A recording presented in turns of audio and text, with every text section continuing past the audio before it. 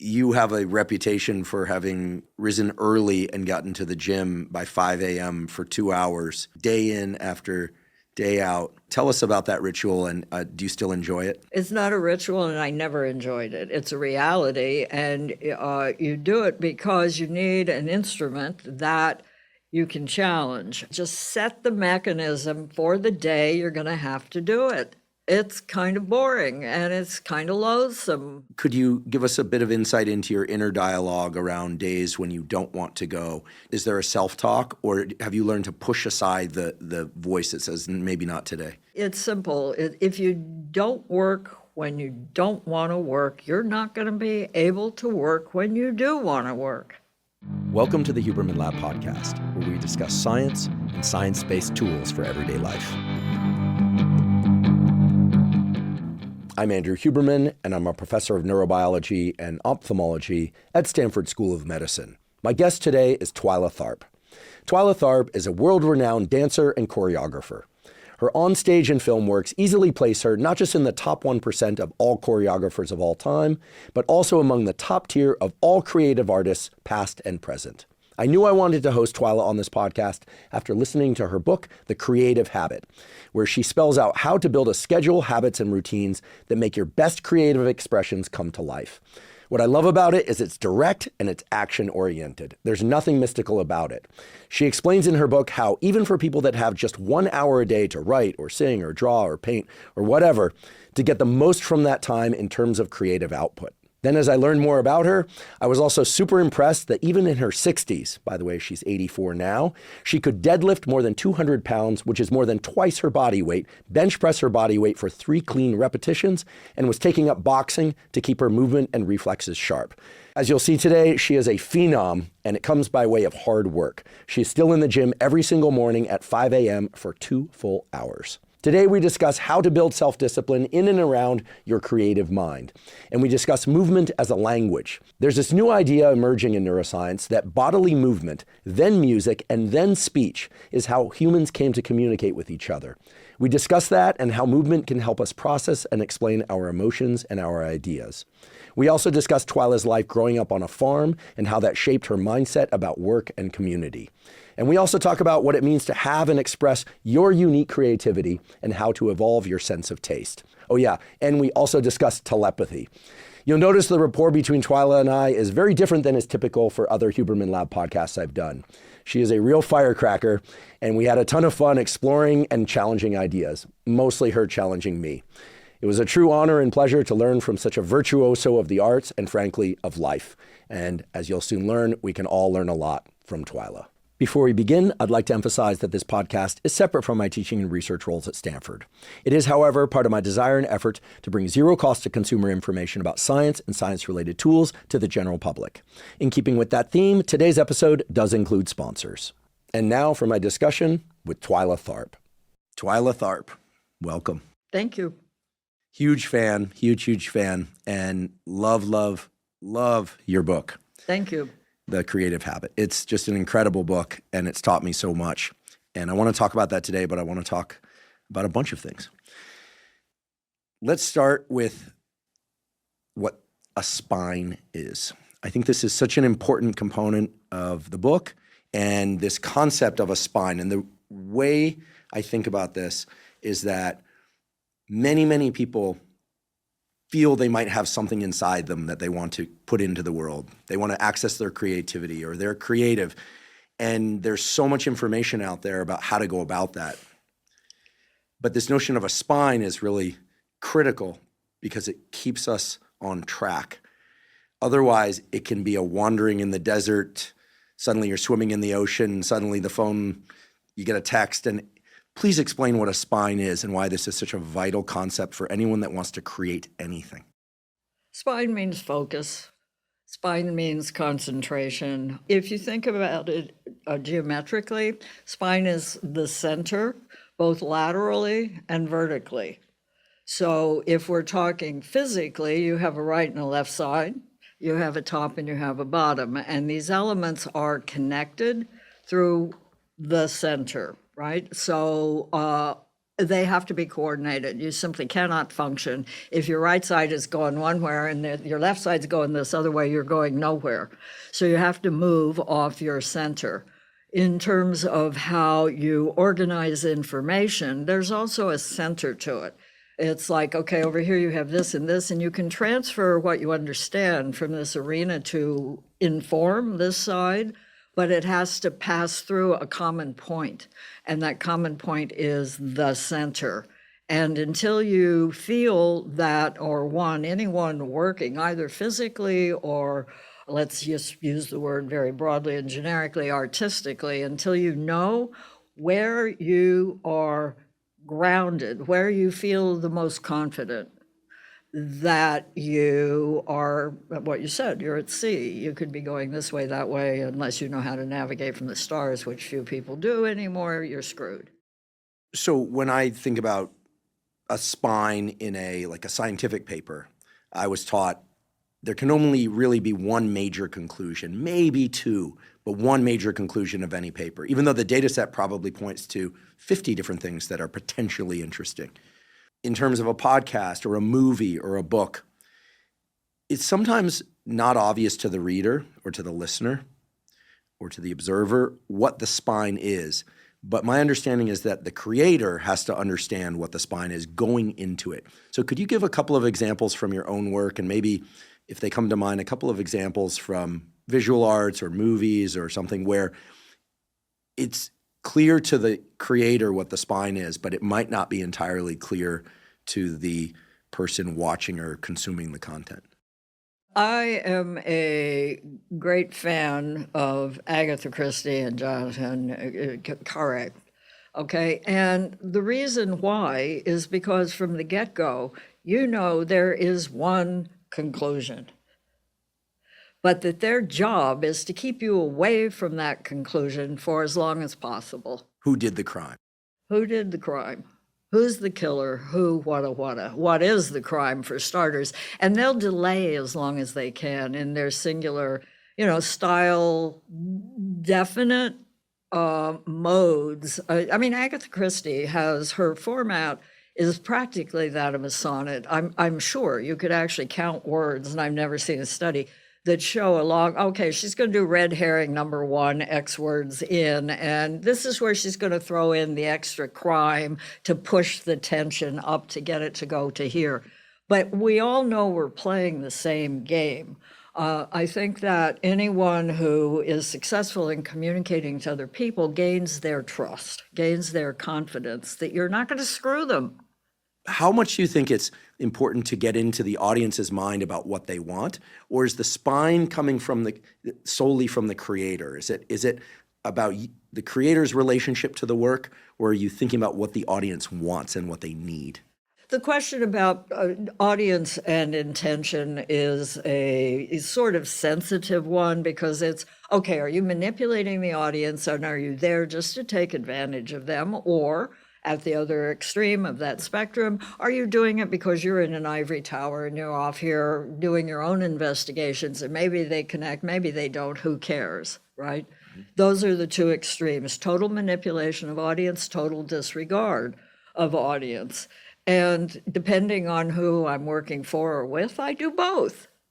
To me, it seems like it's one of the toughest things as a creator to both want to honor your audience's wishes, but you also have to have something that you want to communicate.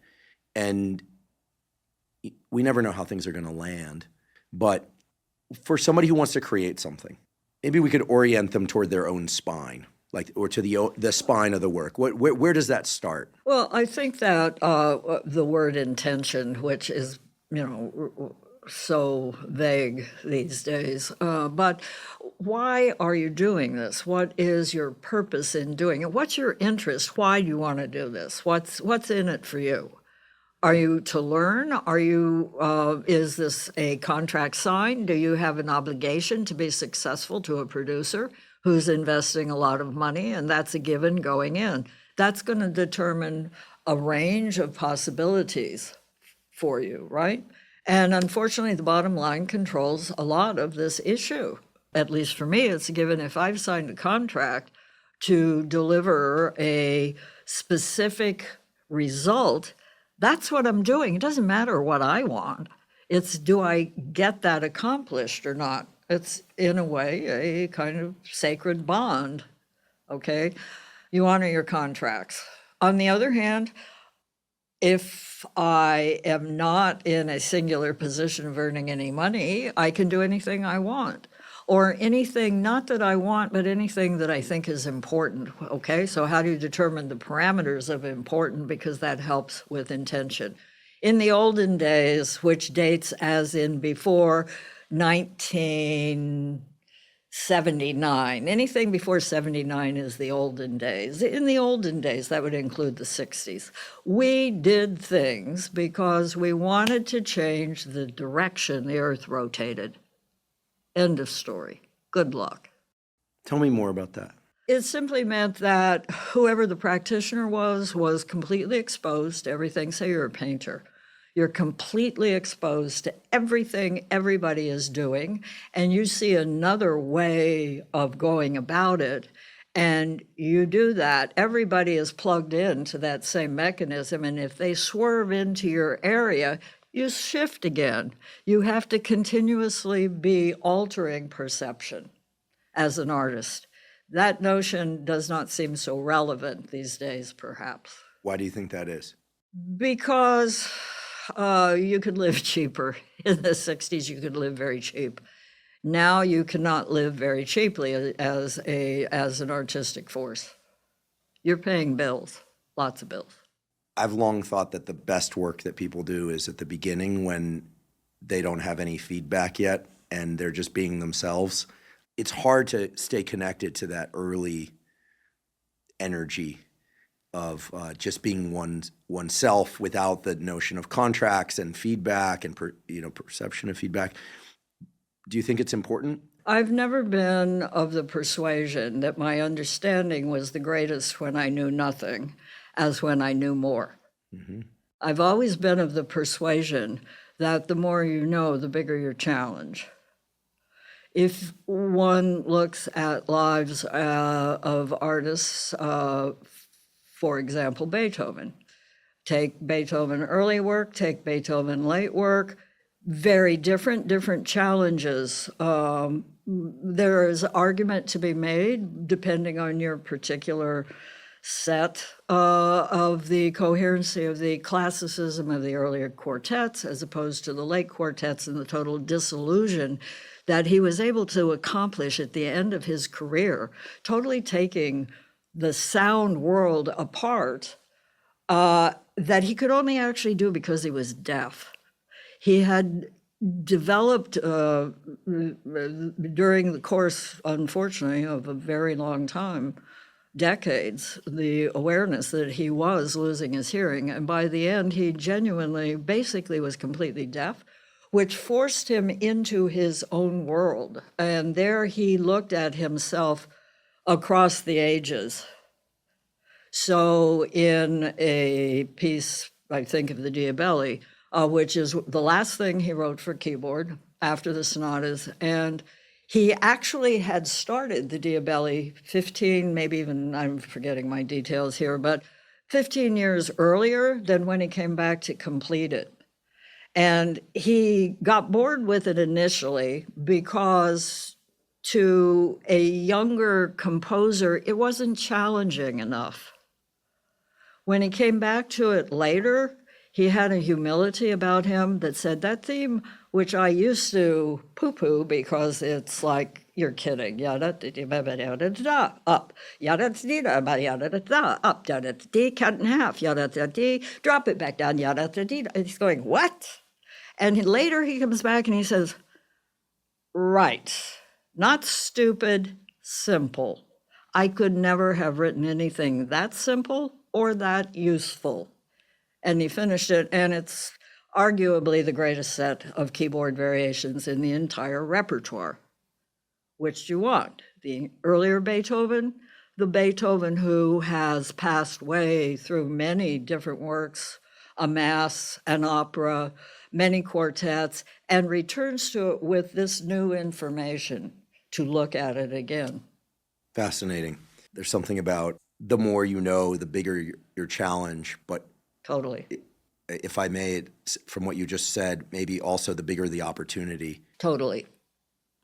But the more kind of distracting it is, and the harder it is to focus. Part of that's physical, but part of it is also that there are many more options available with accomplishment, if you will, but you have to be selective about what you have available to you to work with. In the earlier phase, you'll take what you can get. And now if you take what you can get, you will be very wildly distracted by everything. I'd like to take a quick break to acknowledge our sponsor, Our Place. Our Place makes my favorite pots, pans, and other cookware. Surprisingly, toxic compounds such as PFASs or forever chemicals are still found in 80% of nonstick pans, as well as utensils, appliances, and countless other kitchen products. As I've discussed before on this podcast, these PFASs or forever chemicals like Teflon have been linked to major health issues such as hormone disruption, gut microbiome disruption, fertility issues, and many other health problems. So it's very important to avoid them. This is why I'm a huge fan of Our Place. Our Place products are made with the highest quality materials and are all PFAS and toxin-free. I particularly love their Titanium Always Pan Pro.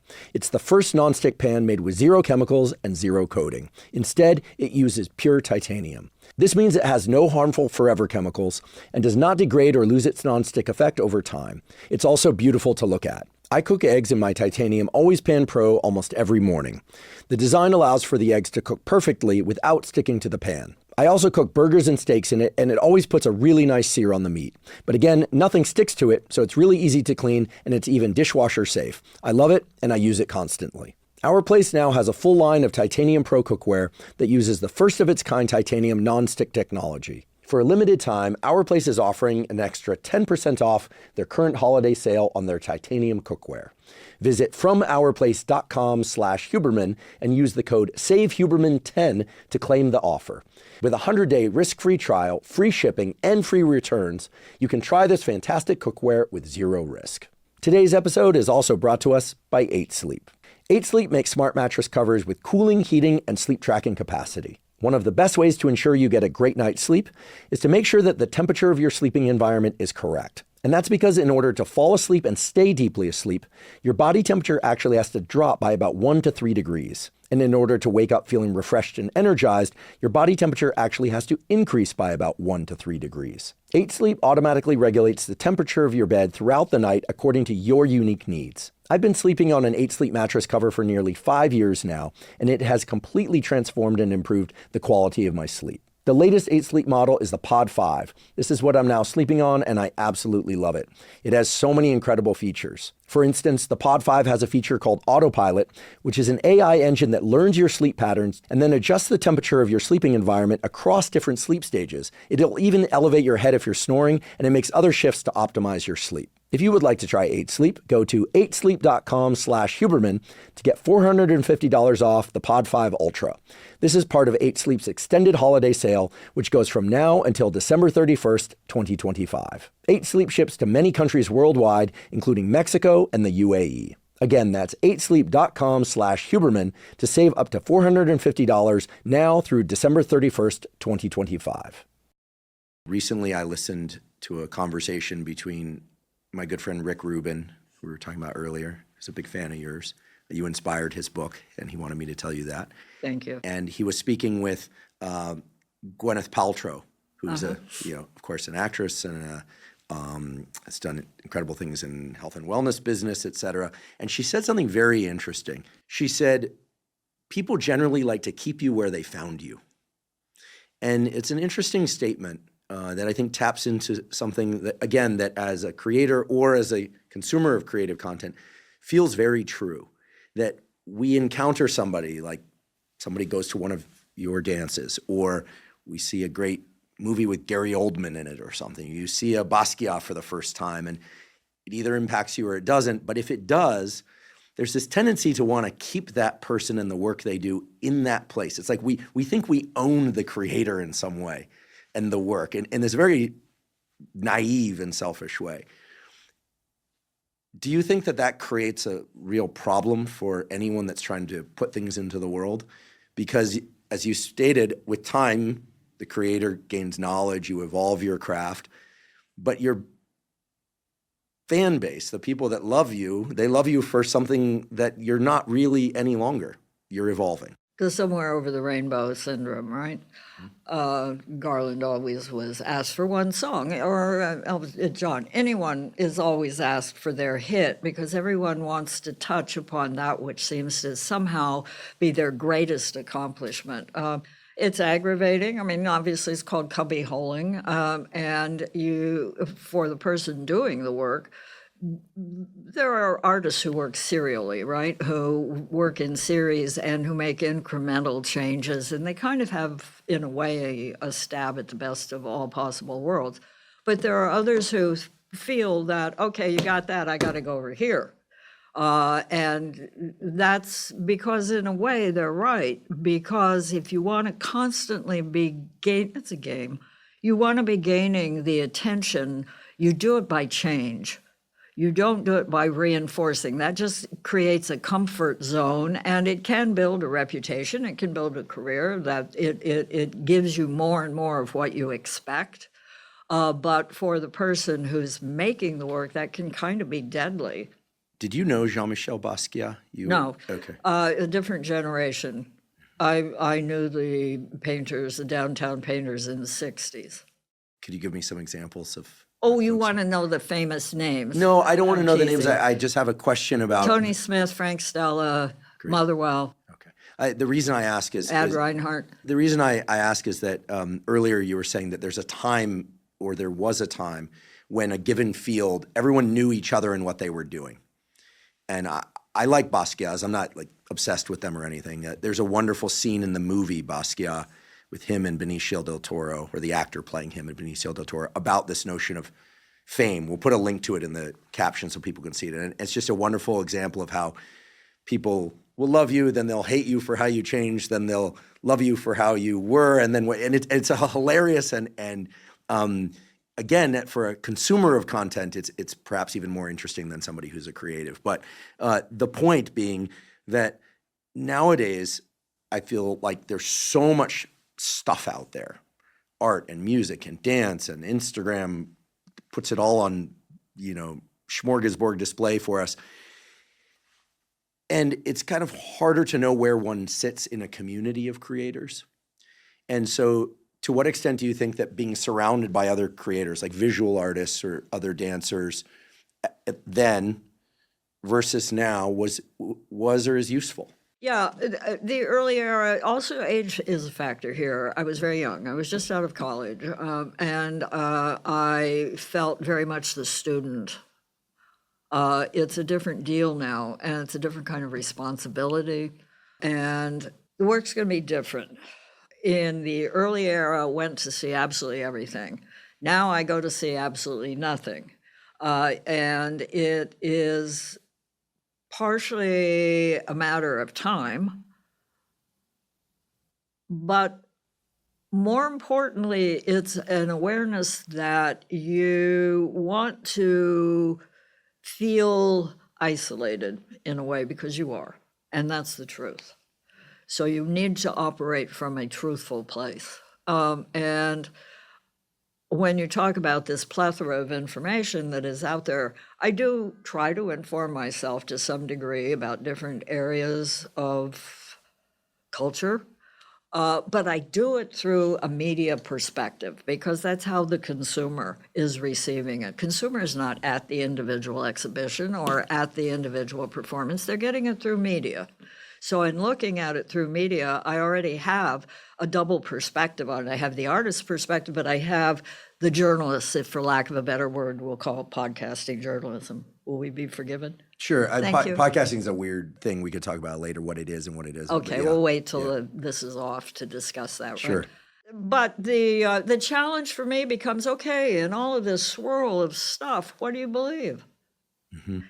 Forget who, you can't believe anyone, but what? What can you believe? What is really grounded in a way that's productive? And in thinking, I've just come off, and if you'll forgive me for diverging here for a moment, 2 really hard years of working.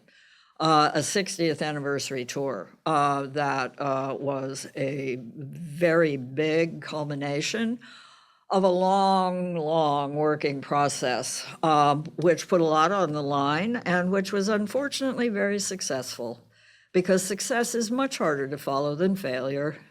So here you sit, okay, babe, you've done it all. Now what? And so where do you go? And you don't go around asking other people for the answer to your question. One has to find a way of rerouting without abandoning who you are and what you believe in order to just make change, really? How does that work? So it's an extremely attenuated place to be. Not many people make it this far. Not many people are looking at their 61st year of work. Right. So that's like, okay, so show us. Well, maybe I don't want to. And maybe I will. Who knows? You said that coming off of a success is much more challenging than coming off of a failure. I think that will surprise a number of people because people, myself included, probably feel like when you do well, you get the confidence that you can do well again. There's that also. Whereas when you fail, you're like, ugh, like. You can do that again too. Do you tell your dancers that? No, because my dancers don't fail. That's why I work with dancers who want to work as hard as I do. Let's talk more about that process. Yep. In your book, Yep. You talked about failure being critical, failing a lot in private. Yeah. That had a big impact on me. I think that this notion of making lots and lots of failures and mistakes Yeah, privately. when you're working, you don't know if it's a failure or not. You only know if it's useful. You know if it's exciting. You know if it generates a next question. That's useful. You don't know if it's good or bad. Let's go back to your dancers and how you put them through the paces, so to speak, because I think it also frames up this notion of rituals very nicely. For the uninformed, like myself, give us an example of your day and a day in the studio, the top contour of that. It depends on where you are in this wonderful word called process. If you are at the beginning, it's all more fluid. And while the one key ingredient I have always found to doing work is you've got to be able to do a schedule. You got to be able to tell people what time they're coming and what shoes to bring. Okay? That's already actually made a lot of choices for you. And that I think is a good thing. I mean, there's no point in just saying, oh, we'll work whenever you get here and, bring whatever. Whatever is not my favorite word. So choices get made and a schedule gets done. And ordinarily, it depends on what the project is. But if it's, let's just give as much range here as possible. If it's me making a new piece, I will set a schedule. Dancers come in. They will have done class themselves. They will come warm. Okay, that is not a part of my day. I have my own work to do in preparing for that rehearsal, but in also maintaining my own physical instrument to the degree that I can, because the more I can bring into the studio, the more I can give them, and the more I can expect them to bring in.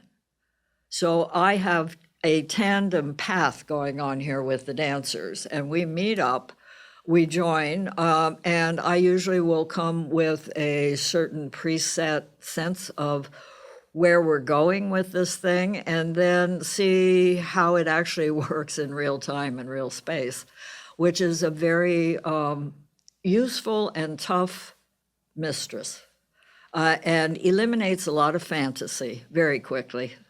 Who decides who gets to work with you? I do. Well, that's actually not true. In a way, they do. The dancers that I work with, I obviously audition, but I also screen from the perspective of who wants to work with me. Who's going to come and say, yeah, I'll go through that wall. Is that what we're doing? I'll go through the wall. And you want to know that you have that in the room. You're not going to ask them to go through the wall all the time, but, if it seemed like it was an approach that was going to be useful, you got to know that that commitment is really solid. And that's best indicated by their desire, not you're finding them totally appropriate, but their desire. Are most dancers living with the understanding that it's going to be very, very long hours and probably very little pay for a while? For sure, very little pay, and forever. Wild world. Crazy, and to my way of thinking, not acceptable, because, I'm all in favor of the folks who do the work and the training to accomplish physically, and I don't make a clear distinction between either folks who are in business or athletes.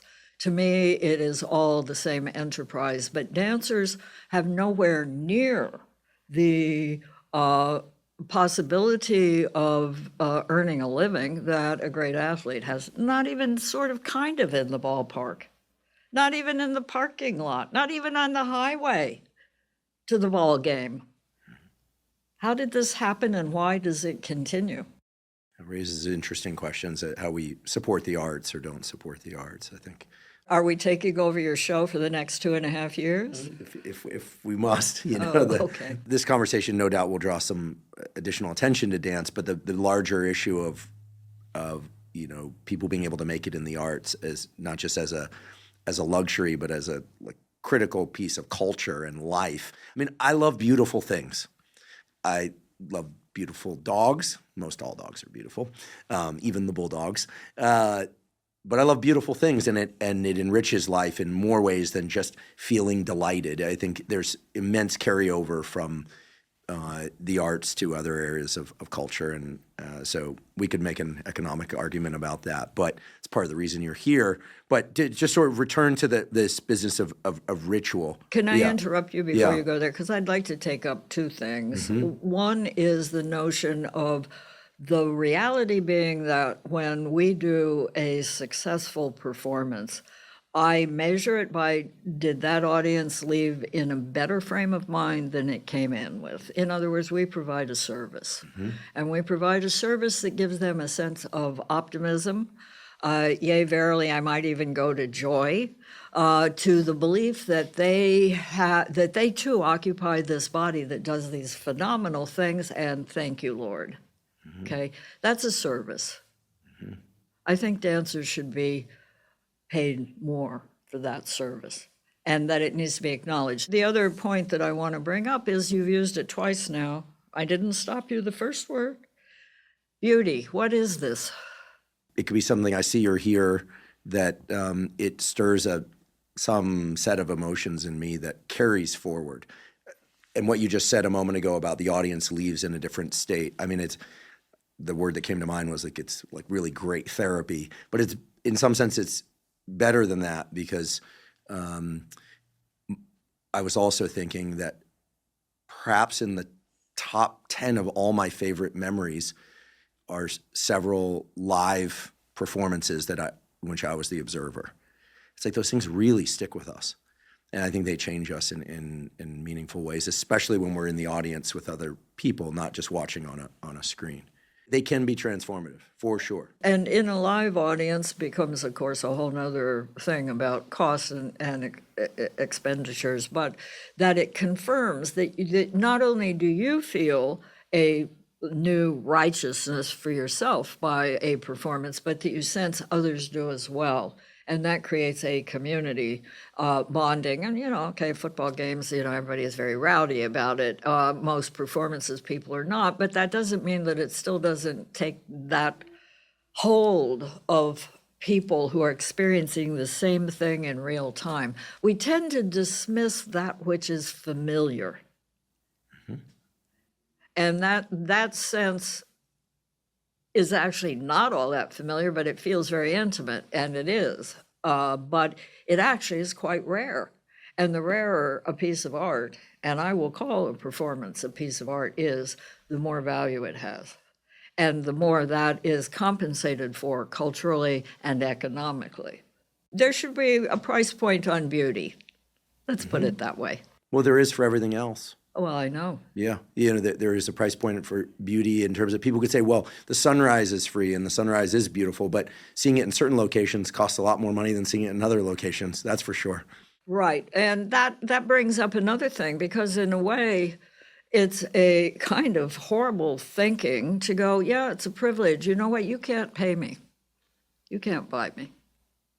I don't have a price. And that, I'm sure, is one of the things in great dancers who are certainly not paid, as I've said before, and I'll say at least 300,000 times more, commensurate with a great athlete. That is probably one, and I've never brought it up directly with a great dancer. How much is it your own sense of independence and liberty that makes you the artist that you are? I think the name that most people probably associate with dance is probably Baryshnikov. If they don't know much about dance, they know that name, or it's familiar to them. What was it about Mikhail Baryshnikov that sort of had him break through the common consciousness that way? First of all, Misha more these days actually is remembered by younger generations from his later cultural input, i.e. Sex and the City, than he is as a classical ballet artist. All right, let's just start there. Because he showed up in Sex and the City as a character. Yes. Show business is a funny thing. And that's how he is often recognized by younger audiences, younger, folk. What was he in the beginning? He was, actually, there was a cellist, then there was Nureyev, and then Misha. Politically, he came across the line. It was Russia, America. He chose America. He's our hero. Plus which, he was gorgeous. He's unquestionably, in my opinion, in that era, the possessor of a technique that was a culmination of the 20th century and that will never be matched. And to see him work at the Barre, or to see him in the absolute interior realm of what the classical ballet was an unbelievable privilege. But not many people saw that. Not many people saw him at the Barre, which is where you build your chops, okay? He also was capable of taking those chops and expanding on them, breaking through their boundaries, trying it this way, do it that way, but utilizing the power that he had from that simple classical base to take it outward. Lots of inventiveness in that regard. And the guy was gorgeous. What can I tell you? His and looks what does made a that difference. mean? But what does that mean? It means a wide-ranging interest that you feel includes you. As you, the spectator, you feel he's including you in his wideness of vision. Where does that come from? From the intellect, from his musicality, from his training, from his personality, from his cultural breeding, Latvian, and it is a singular commodification, one of my favorite words that drives people up the walls when I use that word in relation to the arts of performing. But he was very, very, very astute in many different areas, starting from an athletic ability through to a poetic sensibility. It's interesting you said that because he was attractive, that people felt that they were a part of it in a way that was not typical. We all want to be godly. We all want to be a part of the sublime. Few can give us that. So when they say, artists, or I include dancers, I just broadly speaking, artists are like portals. Is that what you mean? I would accept that. Years ago, I went to a Philip Glass concert at UC Berkeley. I'll be honest, I didn't understand it. I left there in a different state, mostly of confusion, that people were willing to pay for that. I'm sorry if I'm insulting any Philip Glass fans, but this is my podcast. I'm going to be very direct. Okay. I was told I maybe hadn't seen the right Philip Glass concert. I was very confused. Why? I'm not a musician. I'm not, but when I like something, I know I like it, and I tend to really like it. but it's rare for me to encounter something that's like, it just felt like, it felt extremely experimental at every part of it. And I couldn't tell whether or not people were telling themselves that they liked it because it was him, or whether they really liked it. What year is this that you went to this concert? Gosh, this must have been 2008, Yeah. 2007, 2008. That's very late. Okay, so Phil obviously has been working since the 60s, and I've done one major collaboration with Phil and one recent collaboration. And in the beginning, the audience for Minimalism, right? Reich, Riley, Glass, came gradually. And so when the initial piece called In the Upper Room was done, it had a power and a force that involved also discovery. Now the later piece, which is called Slack Tide, fills a known commodity and was addressed slightly differently, rather than, I mean, you know, Phil, it's percussive. The lyric element has been reduced, okay? And you're a sensitive soul.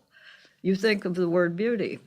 And that does not mean total elimination, boom, boom, boom, boom, boom, boom. It means inclusion.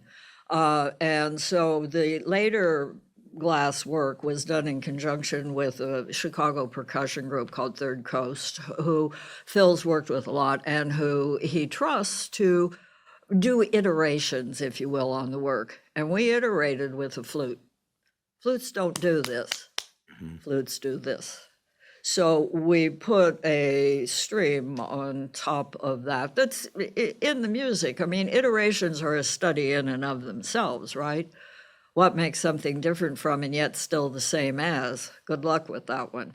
But that was the different range. I dare say if you go and look at, because Third Coast is produced a recording of this work, you listen to Slack Tide and then tell me your response to Glass. But basically, minimalism took the lyric element and reduced it to just the temporal passage in time. What's interesting, because of all the concerts I've seen, this one still sticks with me as like a stimulus to learn more. Because one thing that I'm totally fascinated by and perplexed by is that, with the exception of comedy, the more one learns about something, the artist, what went into the art, the dance, what went into it, typically, the more one likes that piece or that genre. Like the more I learn about something, then I can listen to it with a different ear. I can watch it with a different eye. Comedy is the exception. If it's not funny, learning about the origins of the joke don't make it any funnier. Learning about the comedian doesn't make it funnier. It sort of just like falls further and further. See, I think that's true of your other art forms too. I think you're confusing, forgive me, knowledge with instinct. I mean, instinctively you're responding to the humor, but instinctively a piece of art can reach you, but you can be baffled by it. But we don't like confusion, so we might call that something we should learn about before we can acknowledge liking it. Mm-hmm. That's one of the things that is, I think, really difficult, and something I think a lot about, which is not only protecting but refining instinct. Tell me more about that. I know, it's fascinating, isn't it? I can't tell you about it because I could be writing a book. Oh, well, Rick Rubin, who I feel, even though you haven't met yet, you share a certain kinship with, talks about taste all the time, about this, a sense of taste and trusting your own sense of taste as a consumer and as a creator is so key. That's why I brought up the Philip Glass thing, because I'm not writing off Glass on the basis of one concert. But I didn't walk out of there thinking like, maybe I'm an idiot, maybe I didn't get it. I thought, and I didn't think they're all idiots. I just thought, I guess I'm just different because everyone else here seems to really love this. And this is like, just doesn't hit me right. It's like, I don't like sardines. Never like sardines. You give me 100 sardines, I'm going to hate them 100 times more than the first sardine. I promise, because I've eaten 100 sardines. It's just, but I don't care that I don't like sardines. I'm over it. I was over it from the first sardine. Right. Phil's on the cusp of the avant-garde. The avant-garde is a smug place to be and can be very aggravating and can also be not that bright and very indulgent. There might have been some sense of that to it. The avant-garde can confuse itself with originality and vice versa. Do you think it's important for dancers to be classically trained before they get into other forms? To be classically trained, absolutely. You want to be a musician and not understand the circle of fifths, the harmonies of construction of all music? No. Ballet is a format for the human body moving in space that has evolved over many centuries and has got a head start on us. And if you want to learn about how you move, you might as well try and jump a little further forward by studying ballet. I don't care. Ultimately, if your arabesque, which is one leg behind, one leg under, right? If your arabesque is aligned in a perfectly classical manner, unless it's a perfectly classical ballet. But I do care you have that gear and you can reference it in terms of where's the leg going to move from and does it get to that point? Can it stop right on its center or not? That's what ballet can do. If there's a proper way for a movement to be done, the limb, every element within the limb has to move from point A to point B in a certain trajectory. And people come in different sizes and shapes, and you've got multiple dancers on stage. How do you reconcile that? You don't. And the word is properly. What is proper? I had the experience of working with the Kirov in St. Petersburg. And I went to their school. And the children are lined up and they are exact replicas. And they have a huge selection mechanism throughout the country for picking those 10 or 12 kids that are going to be in there of whatever age. And I saw one group of little boys, less than 8 years old. There were probably 8 or 9 of them in their little black shorts, their little white shirts. And I just came in briefly, and they were being, as they do, it's a part of the tradition, and it's wonderful. They're being very respectful, and it was like, oh, come in, and you will sit here, and they will continue, and then we're getting moved to the next class. And one little boy came out and said, no, we want to do more. So we went back. And they started jumping out of sequence because the ballet class is very carefully constructed to warm up the body and also to develop the training. So you're working both laterally and in depth in every technique class. They went out of sequence so the boys could jump, which is usually not done until the very end of class. And this little guy had real what we call ballon. He could go up and he could, like, for moments, just, it seems like he's able to suspend. He knew he had that. And he knew I wouldn't see that at the bar, so he wanted to, but he was what we call pronated. His feet were hyperextended to the outside, so he's not going straight up through the metatarsal, he's going up through the outside of the leg. And, I pulled the teacher out and I said, that kid's phenomenally talented. And he said, yeah, we know. And I said, but he's pronated. He said, we know that too, but we have 8 other ones. Like, if he doesn't figure that out, he's out, and we'll bring in another one. And this can be the difference between a child who grows into an adult with a career and a life and one who's lost. So parents are very protective of trying to get this opportunity for their kids, and it's heartbreaking. And the way they are trained is they are wrenched into these positions. And I saw in an older class of young girls an arabesque, and one leg was not slightly behind. The teacher came and literally pinned the leg behind with one arm and drew the shoulder out this way, literally pushed her and then released her.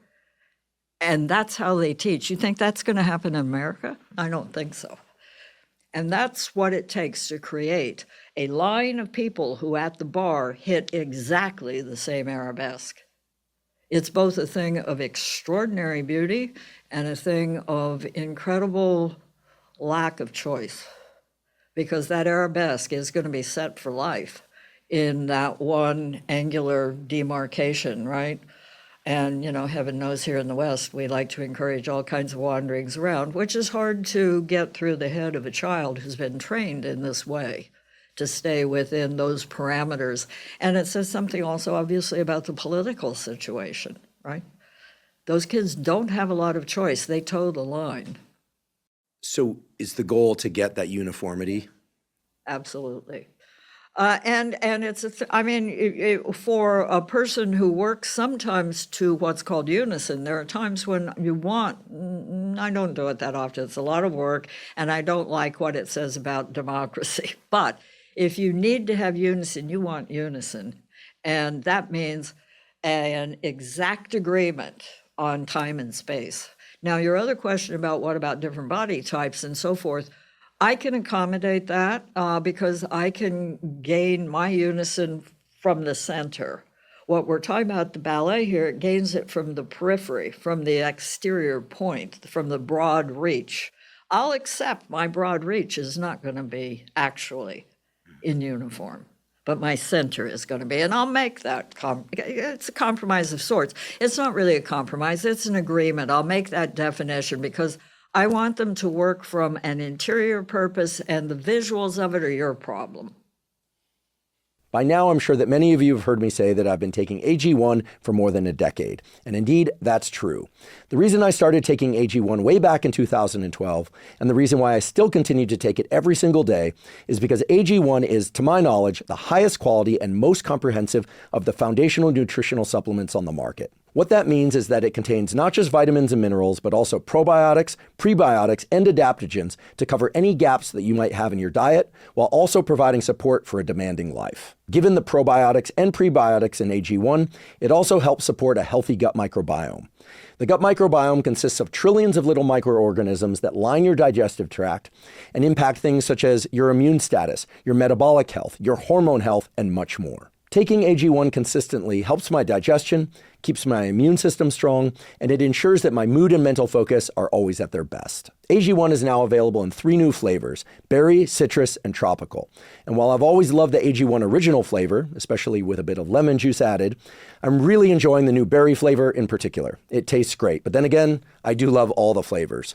If you'd like to try AG1 and try these new flavors, you can go to drinkag1.com/Huberman to claim a special offer. Just go to drinkag1.com/Huberman to get started.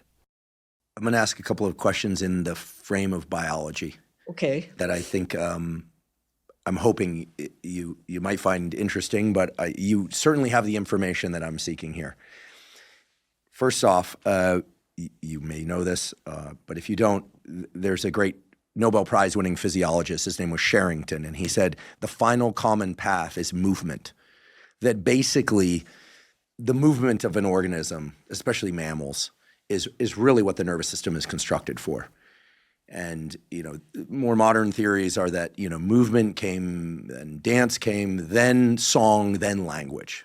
But that movement is the foundation of everything as it relates to evolution of a species, finding mates, finding food. Can I interrupt you? Please. It is even more basic because movement is the first thing we're going to do. And you don't make any sound until you can move parts of you.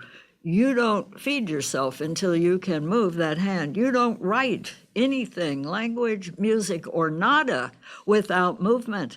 Why do we therefore stick movement way down here under the bottom of our cultural heap as somehow shameful, or what? What is it with the aspect of dance that makes it a less kind of revered format than sculpture or painting or music? A secondary handmaiden to the arts, really? Well, I certainly appreciate movement, and I know that, and I like to think that people's obsession with athleticism in some sense reflects that too. Totally. I've been wanting to ask you this question for a very long time, since I heard your book, even though it's not about the creative process. And here goes. I'm going to keep this as brief as possible, just to give the raw materials for your response. So the motor neurons, the neurons that control movement, they control movement of the trunk, they control movement of the fine digits of the fingers, that are the fingers, the digits, as we call them in science, right? Nerd speak, the wrists, everything. So we say from proximal to distal, like from center out. There's this incredible thing that's been discovered over the last 20 years or so, which is that the molecular identities of the neurons that control the movement of my trunk and your trunk, forward and back and side to side, are exactly the same as the neurons that control undulation in a fish. The neurons that control the movement of the proximal limbs, like the upper arms and the thighs, are molecularly identical to the neurons that exist to control fin movement in fish. And that what evolved was progressively more and more motor neurons so that we as old world primates can manipulate the fine digits in like so. Okay, so that's fine. That just tells you that there's this kind of primitive to more evolved structure of neurons that control movement from center out. What's fascinating to me is that while I'm sure there are people who can move their trunk at very high frequency, undulate very high frequency, that's a hard thing to do. That generally has to be learned. Like I can move my trunk slowly from side to side, but it's hard to move it very fast from side to side. But I can move my fingers very fast. And so there's basically a frequency map from the center out on the body. So now when I look at the way people move, I think, because I'm a neuroscientist and I have this knowledge in my head, like they're communicating frequency. And frequency in the visual, in photon space gives you very interesting, we have wavelength, we have also frequency. Like we in sound, you have high, low and high pitches, low to high pitch. And in other domains, you also have this. And so to me, first of all, I'd love your thoughts on this. I'm not asking for validation of a theory. This is what it is. I didn't come up with this. But I wonder whether or not, consciously or unconsciously, when you've choreographed dance, whether or not you're making music with movement in a way that maps onto this idea of a frequency map from center out. Maybe, in part, no? Sweetness, my love. Did we not discuss already much earlier the importance and specificity of center? Now, what you're saying about the different rates of the tendrils, the neurons, the cellular, the neurons that control the trunk versus the upper arms versus the digits. That this is got more choice, can make more choice than this can make. Mm-hmm. Do I think about the parts of the body as sometimes, in other words, the legs can be working at one rate of speed, say half time of what the arm is doing, and they'll be on the same metronomic base, but they'll be operating at a different speed. Certainly I would think of that. Would I think about power? That sometimes you can isolate through the center and there'll be like a huge impact from the top, but that the lower body will be fluid. Sometimes, I've ripped off Tai Chi forever, it's okay. So we're doing Tai Chi and suddenly falling, and then we're back into it, right? So it's just like a jolt goes through it, and I suppose that's a change in your neurological construct. What interests me in what you're saying is a part of the nightmare of my life, which is dance has difficulty, and one of the reasons it has difficulty in being registered by many people in our culture is that it doesn't have easy access to being documented and recorded in the way that music does or language does. What you're saying, I've argued for many years, should be a way of documenting movement that people could read. And then they could read a dance, and then they would feel grounded in that tradition and understanding of that tradition. They could study that tradition. That's not now possible. I'd like to talk about the creative process a bit in a way that perhaps people can, structure some of their own creative pursuits. At what point do you know the spine? The beginning and the end. Okay, what do I mean? In the beginning, you hope for it, and you have a little taste of it, or I wouldn't be able to start without the tiniest little indication there's something there that's actually going to hook in and that's going to allow me to start building. And this is where process becomes very reassuring. You start building the wall. You're just mixing the mortar and putting the brick in, mixing the mortar and putting the brick in, and the wall grows and it develops all of this stuff happening, and you're just doing the mortar and the brick. And it's very not menacing and extraordinarily rewarding in the place you want to live. But you can't, because you got to finish the work and let it go.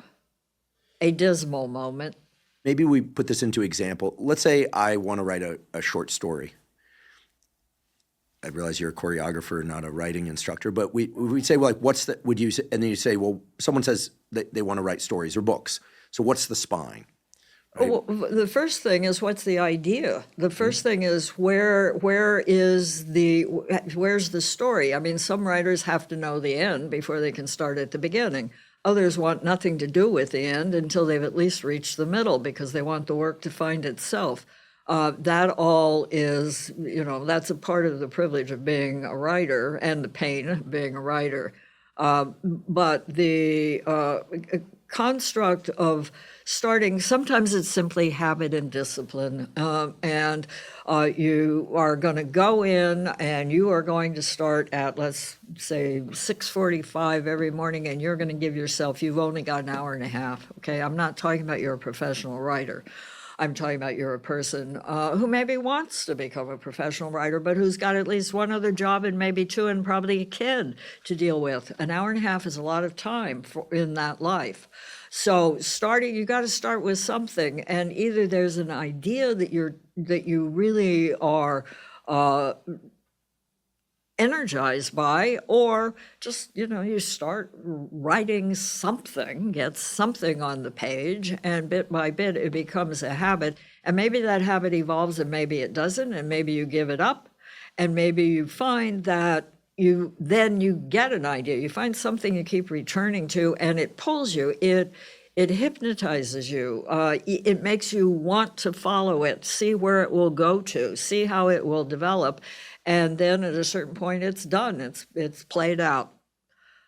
Maybe you can guide that so that it becomes more exciting, and you learn how to build as you're going along, and you learn how to direct it so that it's going to get to either a surprising end where it has to end and the reader's going to say, I should have seen that, or you're going to say, I should have seen that, or you're going to go, no way, you're a liar, I'm not going to buy this book.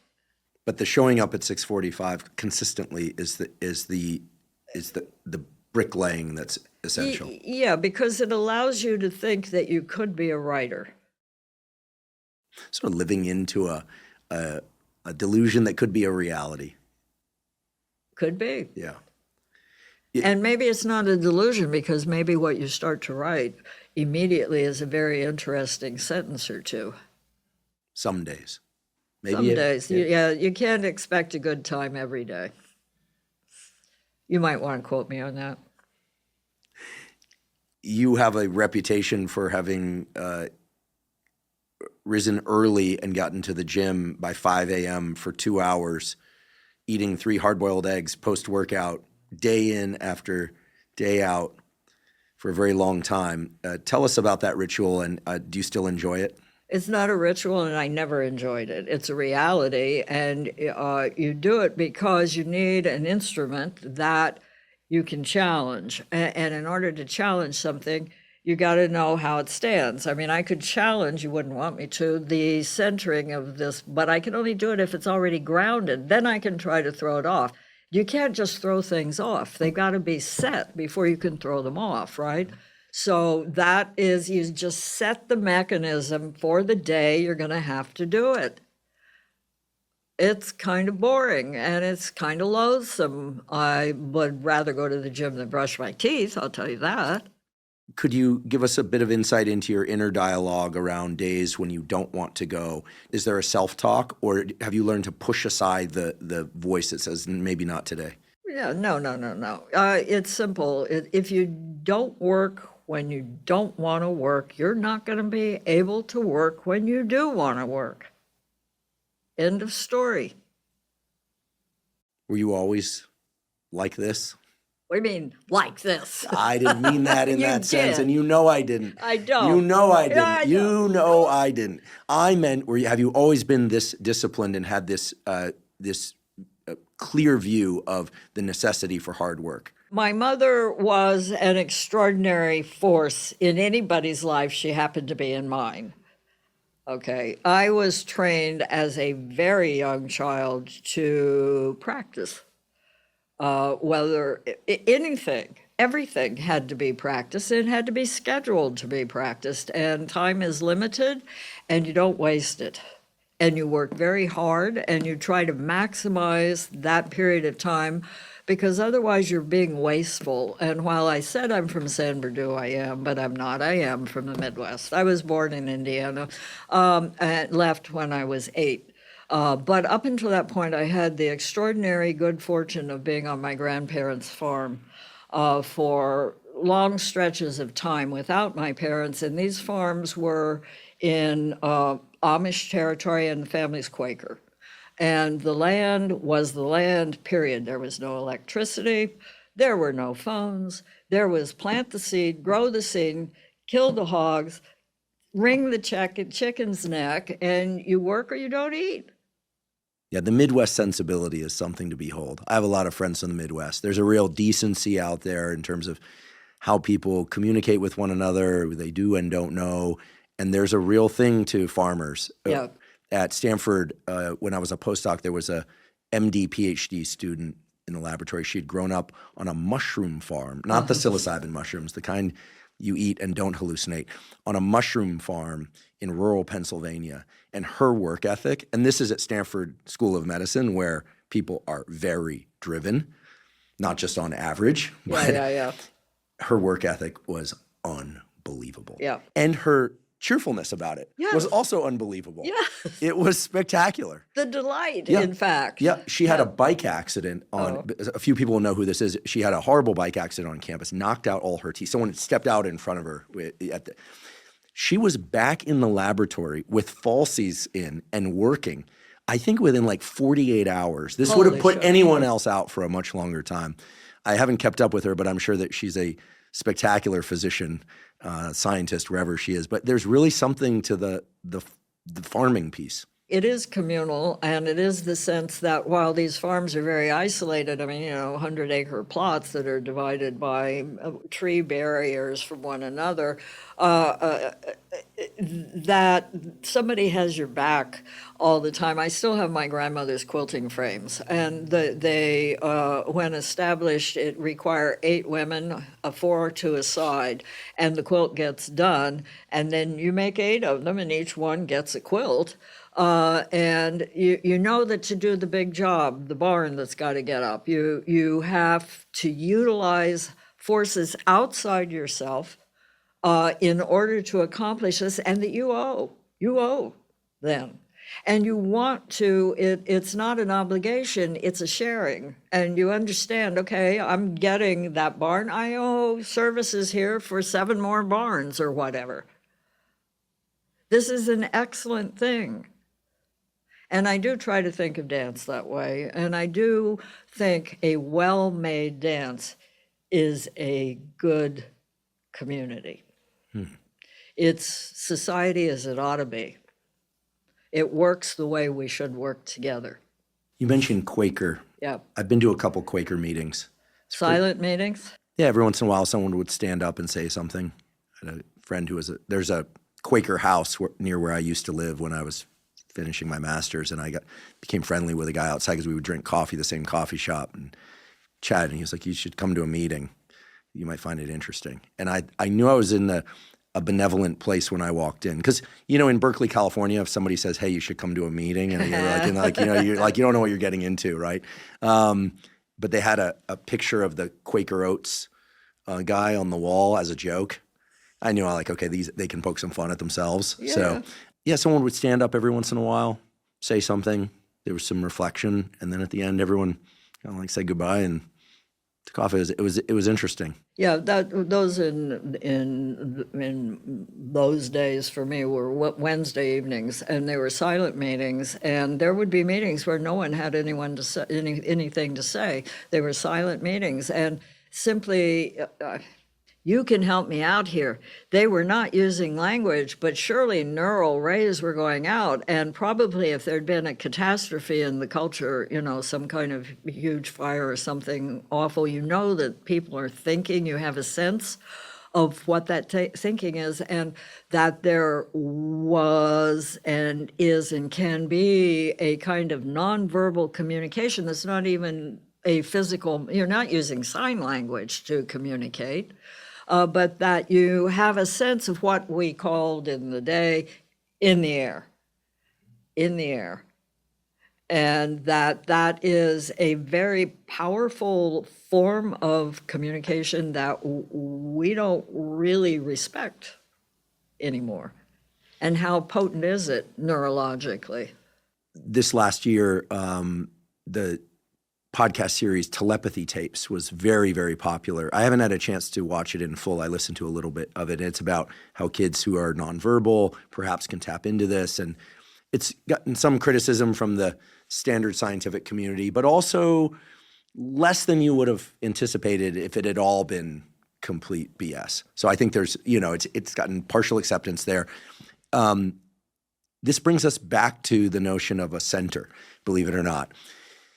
Fish have lateral lines. They sense the electrical fields of other fish and other things near them.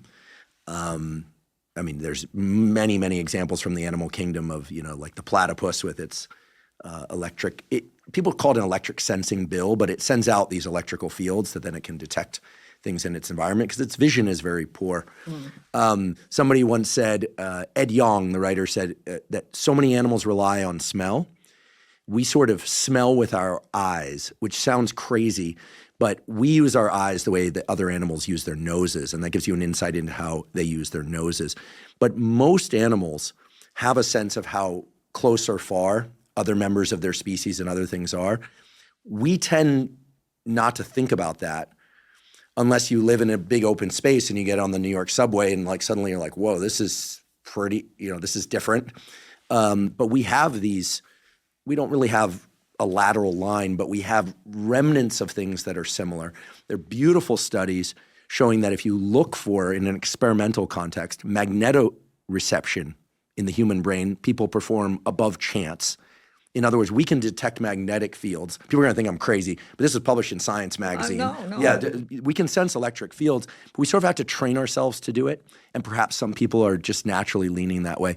So there absolutely is, when I say energetic, neural communication across space that isn't just words, sound waves, and vision, photons. So there's stuff happening at a distance, and smell. I think we vastly, underestimate the extent to which pheromones and odors of people who are upset, or there's a study showing that human tears affect hormones and people around them. You need to have a 16-year-old boy around you when it comes to the sensitivity to smell and perfumes being sold commercially these days. Oh, my goodness. Yeah. But the thing about distance is something that I'm very, very interested in. The awareness is mostly visual for dancers, and it's usually established, again, in class. If you have a crowded class, the distance can be, the next one would be out here from this point. Mm-hmm. But a really crowded class, the distance might be out here, in which case you're going to be angling yourself to the diagonal so you're able to get full reach, which is going to impact on design, right? But there are also ways, and it's very demanding, actually, and it requires a lot of trust on everybody's part, where I can get dancers to work very close together. And that has a real visual impact, and it becomes a physical sensation of the person watching. It can become an anxiety. Oh, don't step on she's going to get stepped on. And I'm kind of using it crassly. But it's interesting to push people into what's called one another's space. And be able to condense the amount of area that people feel comfortable in or require, which could be a very good thing, culturally speaking, because we got less and less space. Yeah, it's interesting that this notion of communication across space, if we could just continue down this path a bit. Last year, I had the great honor, really, to do a lecture about music in the brain with Renee Fleming, the great opera singer. And we got onto this topic of the fact that the opera singers will capture an emotion. They're using their diaphragm in a very particular way, getting a certain frequency of vibration in their body, obviously using air, shaping the air as it leaves their lungs to sing, and how maybe that's actually impacting the same sets of neurons in the audience, but they're not singing. Okay, this is kind of an interesting idea that you're feeling the emotion of the singer because your phrenic nerve, the nerve that controls the diaphragm, it might be vibrating at a similar frequency. Yeah, absolutely. This sort of gets back to this like more, I don't want to call them primitive, but more fundamental aspects of language and communication. Yes. I wonder with dance, and perhaps with athleticism too, like on a football field, when we see somebody move or people move in a certain way, whether or not we don't realize it perhaps, but that there's almost the illusion that we're moving like that. Yeah. Like we're accessing this idea of portals, like art as portals, that we're actually sensing at some level what it would be like to move like that. And of course, I can't. Absolutely. I mean, these ocular glasses, right, that you believe that you're projecting yourself into that item up there and actually feeling it. Hello, right? Mm-hmm. That must be what is working, what's creating that illusion. You're not really inside that item, but you feel and believe as though you are. Yeah, I've done a VR where it's you think you're in a different body. It's really weird and kind of cool. Yeah, I guess so. Yeah. I'm a little terrified to deal with it, or also I haven't taken the time to really expose myself to it. It definitely is of interest, but when you talk about soccer or an athletic event, you can feel in boxing, you can feel the impact, you can feel how much poundage is behind that punch. Yeah, you boxed. Yeah. With Teddy Atlas as your trainer. We have some friends of Teddy Atlas around here. Yes. What motivated that? I was in my early 40s, and the Olympics were in LA, and I was making a new piece, and I wanted to compete. But there are no competitions for what I do. I mean, a dancer's range is much more than an athlete's, not to the same degree in specialization, but across the board is speed, flexibility, maneuverability in air, coordination, flexibility. Dancers got all of these components to a very high degree. So no events for me at the Olympics, but I could make a piece that would be highly athletic, and I wanted to be in the very best possible shape I could be in.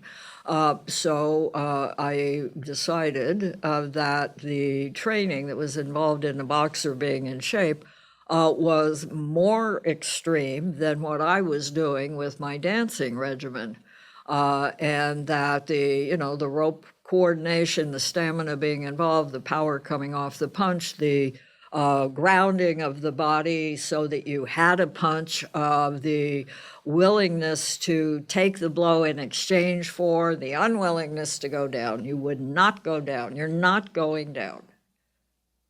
And we don't do that in dance, so I figured, well, I'll go where they do that. So, Teddy, we were running steps backwards. This is a very good thing. I mean, and the shadow boxing, it's a great training format.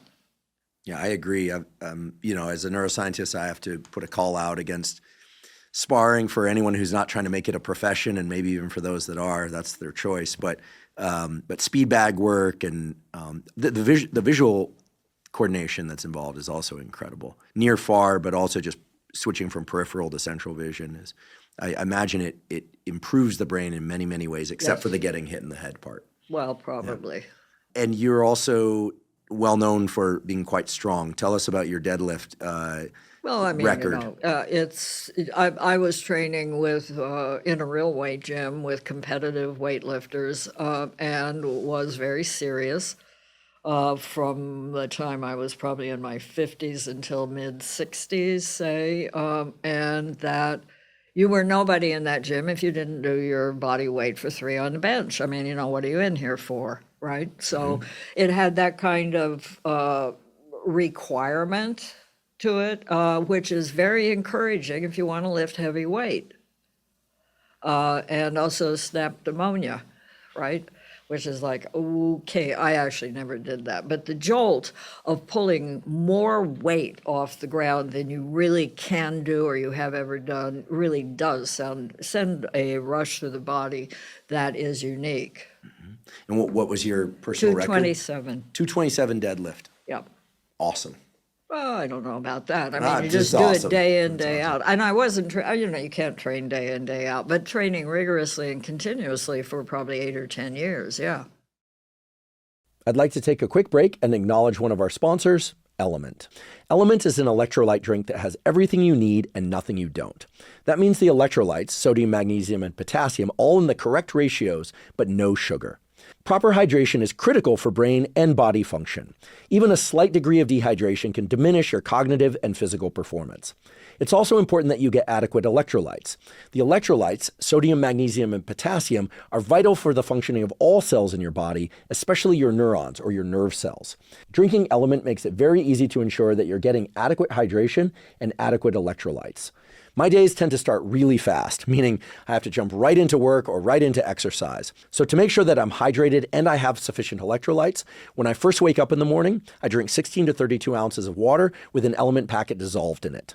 I also drink LMNT dissolved in water during any kind of physical exercise that I'm doing, especially on hot days when I'm sweating a lot and losing water and electrolytes. LMNT has a bunch of great tasting flavors. In fact, I love them all. I love the watermelon, the raspberry, the citrus, and I really love the lemonade flavor. So if you'd like to try LMNT, you can go to drinkelement.com/Huberman to claim a free LMNT sample pack with any purchase. Again, that's drinkelement.com/Huberman to claim a free sample pack. Several times you've mentioned the bar. Yeah. I think most of us understand there's a bar along the wall with a mirror sometimes behind it, et cetera. What, for the uninformed, like for me, what is bar work really about? And could you give us an example of a few? I mean, is it designed to improve flexibility? Is it for what is this notion of the bar? All the above. A bar is a set regimen of exercises that are developed to strengthen the structure of the body to basically approach the jumps to gain height in the air for the men, for the women if they're working on point, the strength in the legs and the torso to be able to support that weight in the little area down here.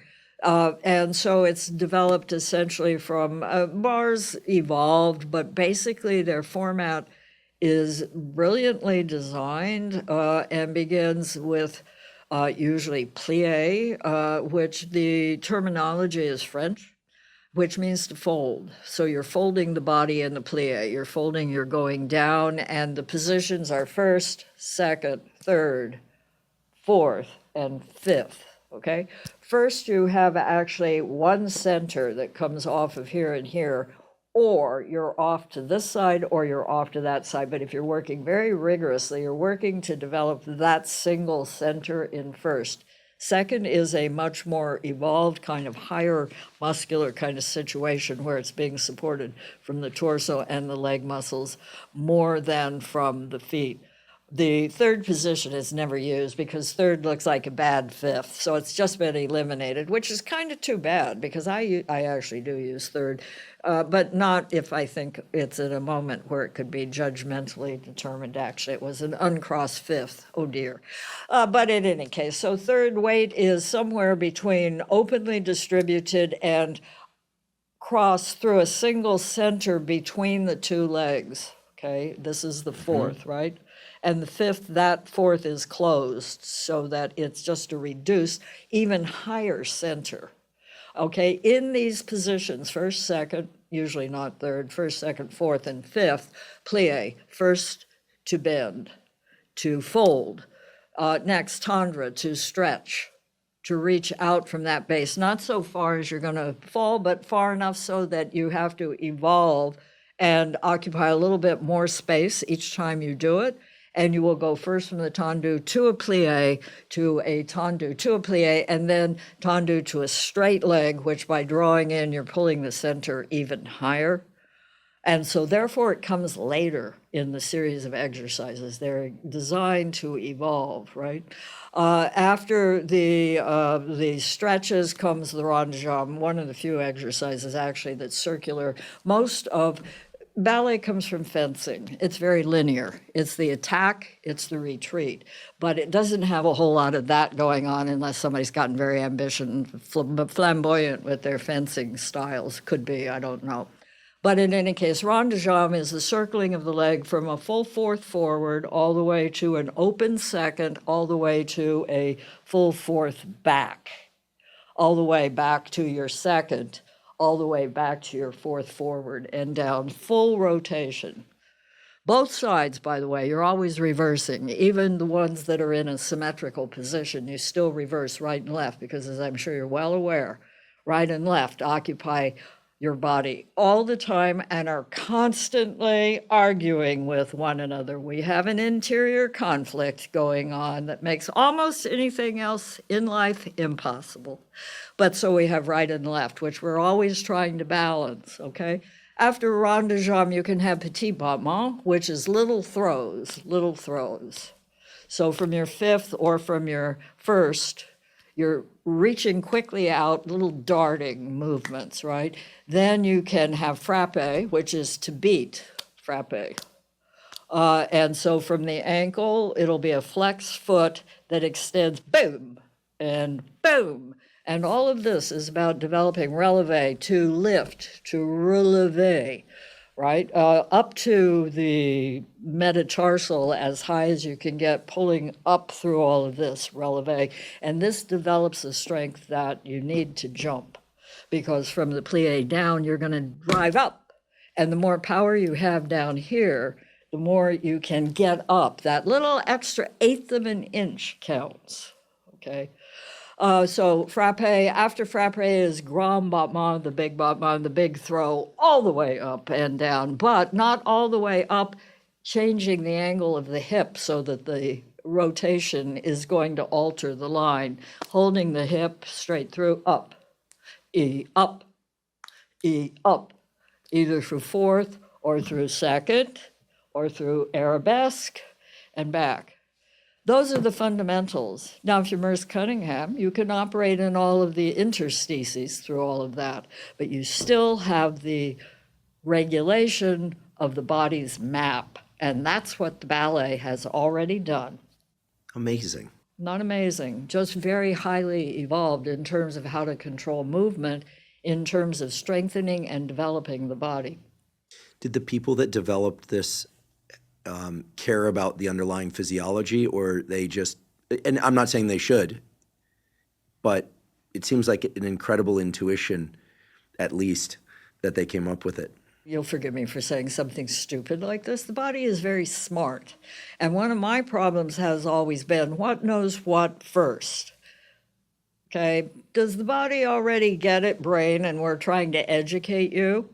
Or is it brain telling body what to do? In the case of the classical technique, I think it's actually the body that feels that it could get a little higher if only its rotation were a little more open. So it urges that. I don't think brain is going, well, you know what? If you actually could open that leg out, you go higher, and you're going, brain, I don't know about that. What does that mean? You don't know what it means. The body knows what that means. I've heard it said, we think that we're a brain with a body, but perhaps we were a body that later got a brain. There are certain sophisticated movements, rhythms, and so forth. I mean, for example, a great composer is a great mathematician, right? Mm-hmm. And the indications and the divisions of time, I would accept as coming, particularly because of how you see the notation and how the note can be subdivided. It's a very visual thing. Once you're into the eye, you're into the brain. I mean, it's like, do you know what I'm saying? Mm-hmm. This is more about the body. And this, how the toes are going about its business down here, are very much involved about the body. Yeah, thinking sometimes is really overrated. For sure. Yeah. Yeah, as human old world primates, which we are, we got a bunch more machinery up front in the prefrontal cortex, which let us think and plan and reflect and strategize a lot more. Also allowed humans to do bad things a lot more, trickery and things like that, but also to plan really incredible, wonderful things. But I do think in many ways, it was at the expense of some of the machinery involved in these, I hate use the language lower, let's just say more fundamental intuition. Right? I don't want to give too many anecdotes, but years ago, I developed an obsession with comparative neurology. There's this beautiful journal, it's hundreds of years old, called the Journal of Comparative Neurology. I was fortunate enough to participate with that journal, but for a while, reviewing these papers, which for modern science, people don't really care about these papers. They're like, what is the cerebellar vermis shape of the, of the Atlas turtle? I don't even know if there's an Atlas turtle, but I guess we were talking about Teddy Atlas, of the whatever, right? Of the two-toed, three-toed sloth, whatever, all these weird species. But no single paper teaches you that much, except about this really arcane thing about the mallard duck hypothalamus or something. I'm sure that paper's in there, by the way. But when you start comparing the nervous systems of these different animals and the way they move and the way they think, because there are certainly papers about humans in there, you start getting emergent fundamentals. You go, oh my goodness, once the forebrain got bigger, the cerebellum got a little smaller in this one area, and evolution starts to make a lot more sense. But evolution at the level of things like we're talking about today, movement and communication. And it leaves you with this question, which is a lot of the reason you're here today, is I think we all really want to understand, even if we don't know that we want to understand, like, what are we really here to do? What are we good at? How do we tap into these other aspects of ourselves? When you talk about the brain developing in different areas to different degrees, I sometimes wonder about, and I mean to be neither naive nor romantic here, the morality of the body.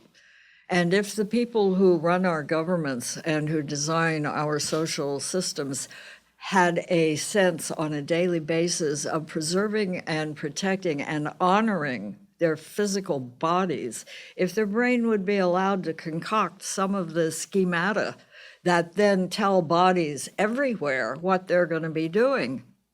Tell me more. I think I understand. I do believe that taking care of the body and one's health first is fundamental. Anyone that's lost their health for any amount of time understands what I'm talking about. But we don't tend to do that. We prioritize the brain a lot without understanding that it exists in this whole context of the body. It's not just health. It's propriety and excellence, who wants to nurture and encourage the body to realize its full potential that it was gifted with when it was born. Let's say you and I were in charge of education. Okay. Do you think kids, teenagers, maybe even young adults and older should all do something akin to like gymnastics? It's an interesting thought. Which one? I mean, I respect gymnastics a lot. I get dancers sometimes who are not ballet trained, but who are gymnastically trained. They're courageous in a different way. They have a different center, but they have a willingness to throw through space that a dancer does not, or you're not trained in the ballet to throw. There are moments that you dart forward, but they're very restricted, whereas a gymnast is continuously comfortable with that kind of spatial explosion, which is a beautiful thing. Should there be a policy that every young person needs to do a form of movement that encompasses a lot of different tempos and some jumping, some rolling, some stretching, because we tend to specialize in sport very early, or people decide they're no good at sports. No, they're not allowed to do that. Yeah. Sorry, something they've got to find that they're good enough at to encourage themselves to respect themselves. Otherwise, they quit. I will interrupt you here just to say that I think this brings us back to your early development and expectation on people, on kids and adults, for, in other words, standards. I heard somebody say something really interesting recently that was, it used to be, now I'm sounding like I am 50, it used to be that there were pretty high standards set on all of us. Mm-hmm. Whether or not we got a lot of love and support depended on the household, but the standards were always high. There seems to be a period of time in which there was a lot more love and support, Some people will disagree with me, but maybe standards weren't held as in high regard. Of course, it varies by family, varies by circumstance. But I think ideally we get back to a point where standards are high for everyone. Like etiquette, God forbid, not going to the movies in your pajamas, for instance. Yeah, not just etiquette, but also behavior, which group social dance, whether it's ballroom or square dance, there are rules and regulations, and there are ways that that you can work that are going to respect the traffic pattern, if nothing else, and that's going to transfer to how you drive a car. And this, gets established early and deeply in a young person. And, we're talking here, I don't know, second grader, third graders. I mean, as much as I make light of my mother, and I don't make light of her at all, but sometimes feel challenged by the education that I received, it was not a bad education. It was across the boards. It was very difficult for me societally, but I was grounded in music, I was grounded in movement, I was grounded in these different forms of community activity, including string quartets. I was grounded in, the family owned the Foothill Drive-In Theater between Rialto and Fontana. Okay, I grew up from the time I was 8 until I went to college watching a screen and getting myself into the snack bar when there would be a run on hot dogs because it was really boring up here, and I saw boring come, get to the snack bar, sell hot dogs, okay? Plus which it was a place where the speakers often didn't work. There were a lot of cars, 600 cars. It was a big, big movie house, okay, and a big screen. And so I learned to watch action and without sound. And I learned to watch movement and what communicated without language. It's incredible you're saying this. One of the things that I wanted to talk to you about is this concept of wordlessness. A few years ago, I started practicing something because someone said, you should try this. You should try and walk down the street and just feel what's going on and try not to get into a verbal dialogue about it and just experience life through the lens of like what must be like to be some other species of animal. And this might sound silly to people, but it's an incredible portal into how limited our experience of things normally is. And maybe for some people, they're always in wordlessness and they need to get more into words. But it sounds like you had an incredible upbringing. First of all, you were taught to be hardworking. I mean, I think one can't overemphasize how hard work is awesome, and because it's a super skill for anything you encounter, right? But watching the movies without sound, that's incredible. Well, even more, I had twin brothers and a sister who was born 3 days before they were a year old. So essentially they were triplets. And my mother gave up and started feeding them all with the same spoon and put them in the same room. And they developed italalia, which happens with, you probably know this, a certain percentage of twins. A language before they learn to speak English. They evolve because they're so close to one another all the time. And it's a guttural, syllabic form of communication. I could speak it, but I could certainly understand it. My parents could not understand it nor speak it, so I became the family translator. So from day one, I'm observing and serving the audience. I love it. And it's nonverbal. This is wild. I'm close friends with a pair of identical twins. And they tell this story from their childhood where one walks in and goes up to the toast of the other one. They're women now. They were little girls then. And takes her fingers and goes like this over the toast. Right. To this day, the other one won't eat that type of toast. But it was like, it wasn't like, oh, this is bad. There was just, something was communicated in the movement. Yeah. And to this day, will not touch that type of toast. Right. And it's so funny. And they have tons of stories about this, that they can communicate without words. Right. And a lot of it was signed. I don't remember a lot of this was bread and butter. And so very early, I got the idea that movement communicates. Who needs all this garble on top and your brain has got it? What is that, right or left? That's going to be that side. It's going to be right. You don't need to translate it into language. to understand what the movement is asking for. But unlike so many artists and creatives, the world is very fortunate that you were asked to be a translator, because you don't exist in some, I could think of names here, but I don't want to insult anyone. There are some artists that are genuinely weird to the rest of us because we can't understand them. Now, they're not necessarily weird, they're just different. But I have to imagine there are probably many, many incredible creatives whose work we never hear or see because there's no one there to translate it for them, and they certainly can't do it for themselves. You have to have a certain amount of fluency in the world of business, in the world of being able to communicate with words. Otherwise, your work doesn't get out there. Maybe that's why there's so few people that really sit, where they do in their craft. I think that a word here is objectivity. That in doing work, there are moments where you have to get outside that work and you have to look at it as an outsider. How do you do that? Do you film it and watch? I do it by pulling myself out of the action. There were times when I danced, right? And I danced inside as well as trying to get outside. This is genuinely a way to become extremely neurotic, and it's a very difficult task. In some ways, it's very rewarding because the whole thing evolves from you, and plus which you're the jury. But it's not going to be, you can't maintain it for very long. And anybody who makes something wants to have the capacity to be unemotional about it, get back, forget how you feel about it, what does it say to you? You, in a way, become your own translator. Does this read? You said something really, really useful, I think, about critics in your book. You said that the good ones, the honest ones, the ones that aren't just trying to get some clickbait or get someone to read their story so they can get their couple $1,000 so they can make rent that month. The really good critics keep us honest about who we're supposed to be as creators.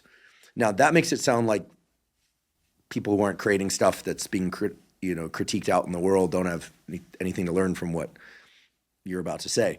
But I would argue that from the very beginning, when we start to create anything, a short story, a poem, even if we're just daydreaming about what we might create, it's impossible to not get into what are people going to, how is this going to land? What are people going to think? So learning how to hold critique is critical to the creative process, even if journalists aren't eventually writing about your work.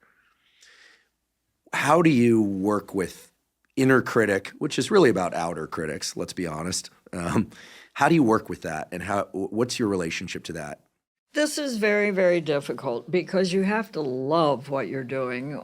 Anything that's going to be really meaningful, there has to be an extraordinary degree of love. And we do refer in my office to, the child of that work. Each dance, in a way, is your gift, and it's your child. And somebody's out here and they're going to slit its throat. How are you supposed to feel about that? Mm-hmm.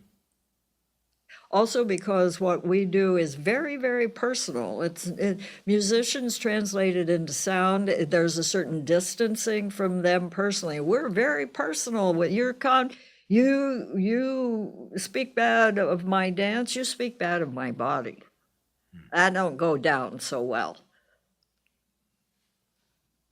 Right. So it's difficult to process the exterior critic's word. And on the other hand, as I said, one still has to, even though you love the thing, you got to, long ago, my trainer actually had 2 huge wolfhounds, and I made the mistake one day of criticizing one of them.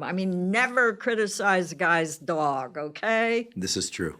Yes, you can criticize the child, but not the dog, all right? Wolfhounds are beautiful animals. They are. Very majestic animals. Yes, they had to. There you are. This critic just called your dog a bad name.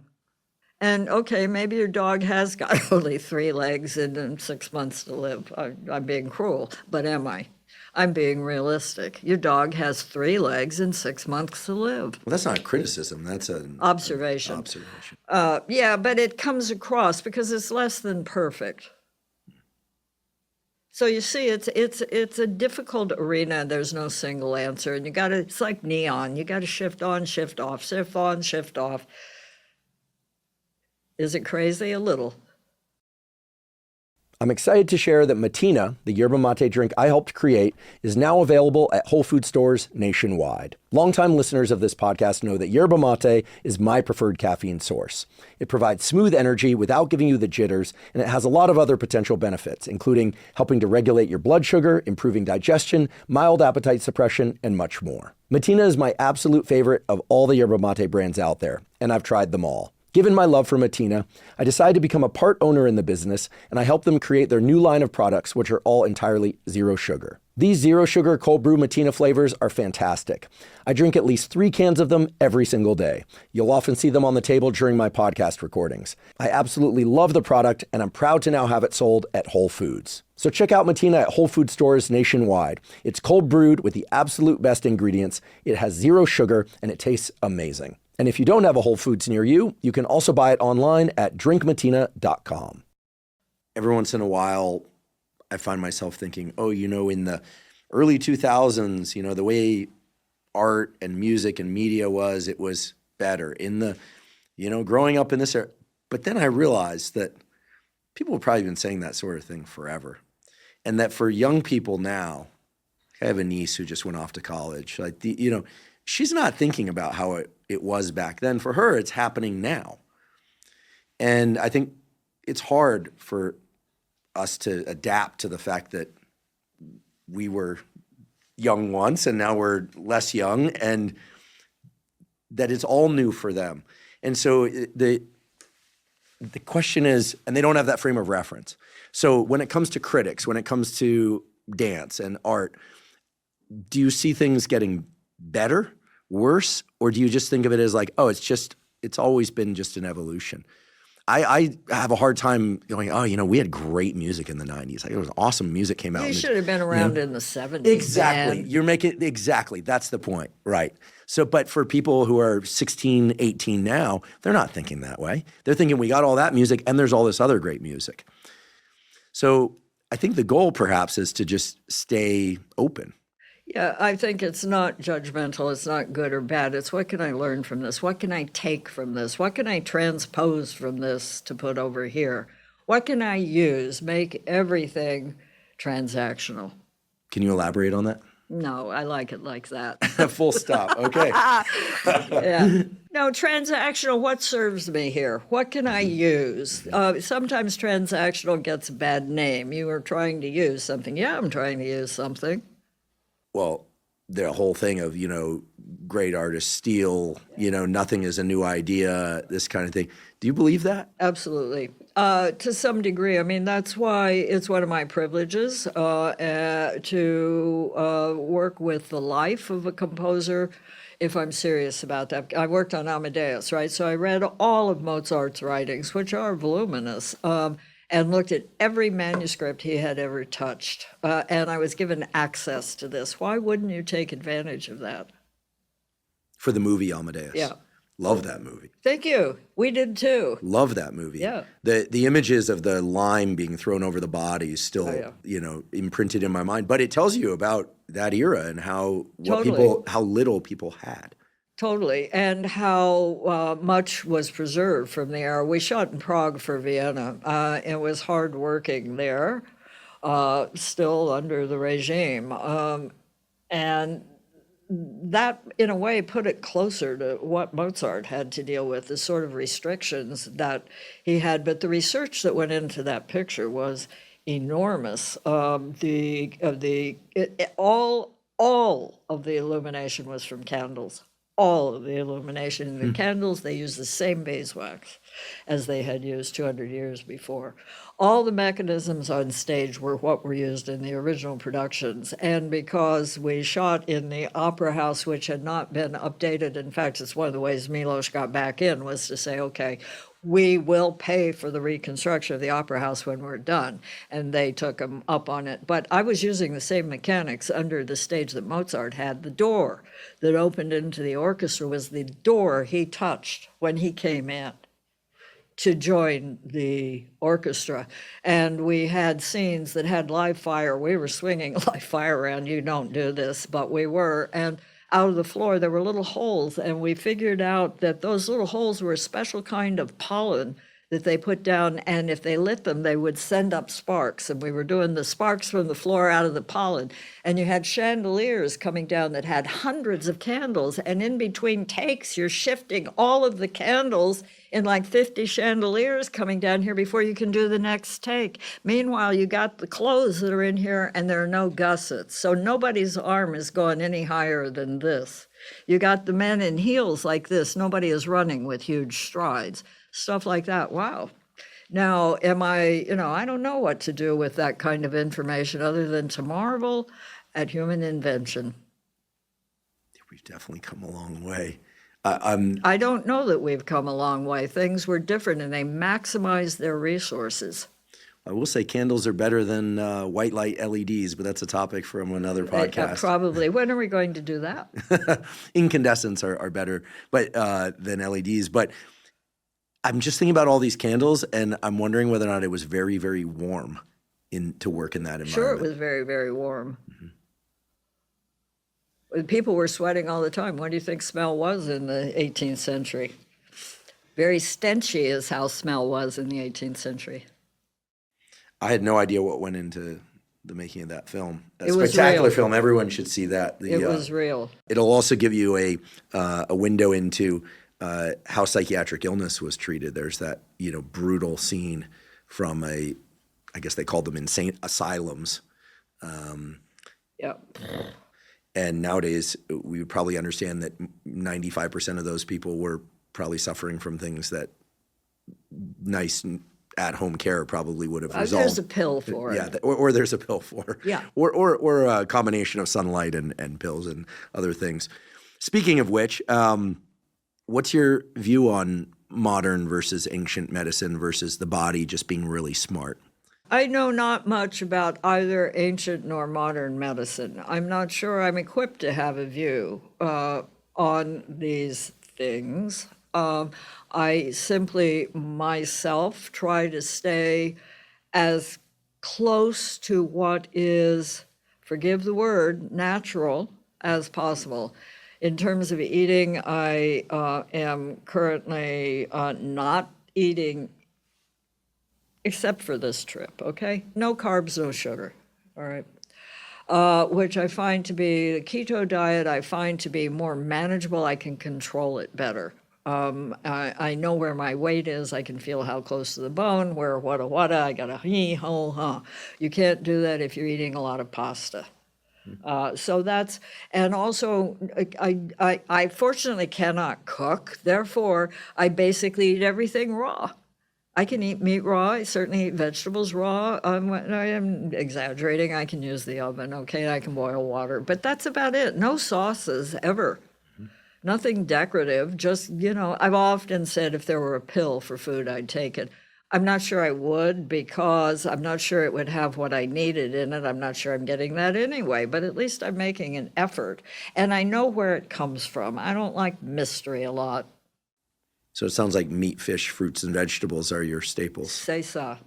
Yeah, likewise. And I think it's funny that nowadays saying it makes total sense when we say, the carbs and sugar are really the problem in most cases.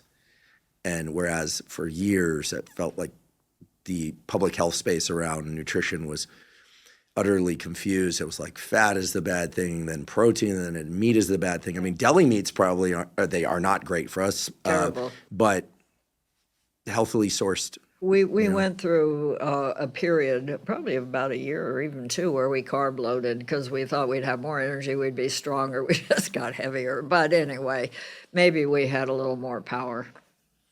I have a friend whose daughter is very interested in ballet. She actually is part of a conservatory that goes up.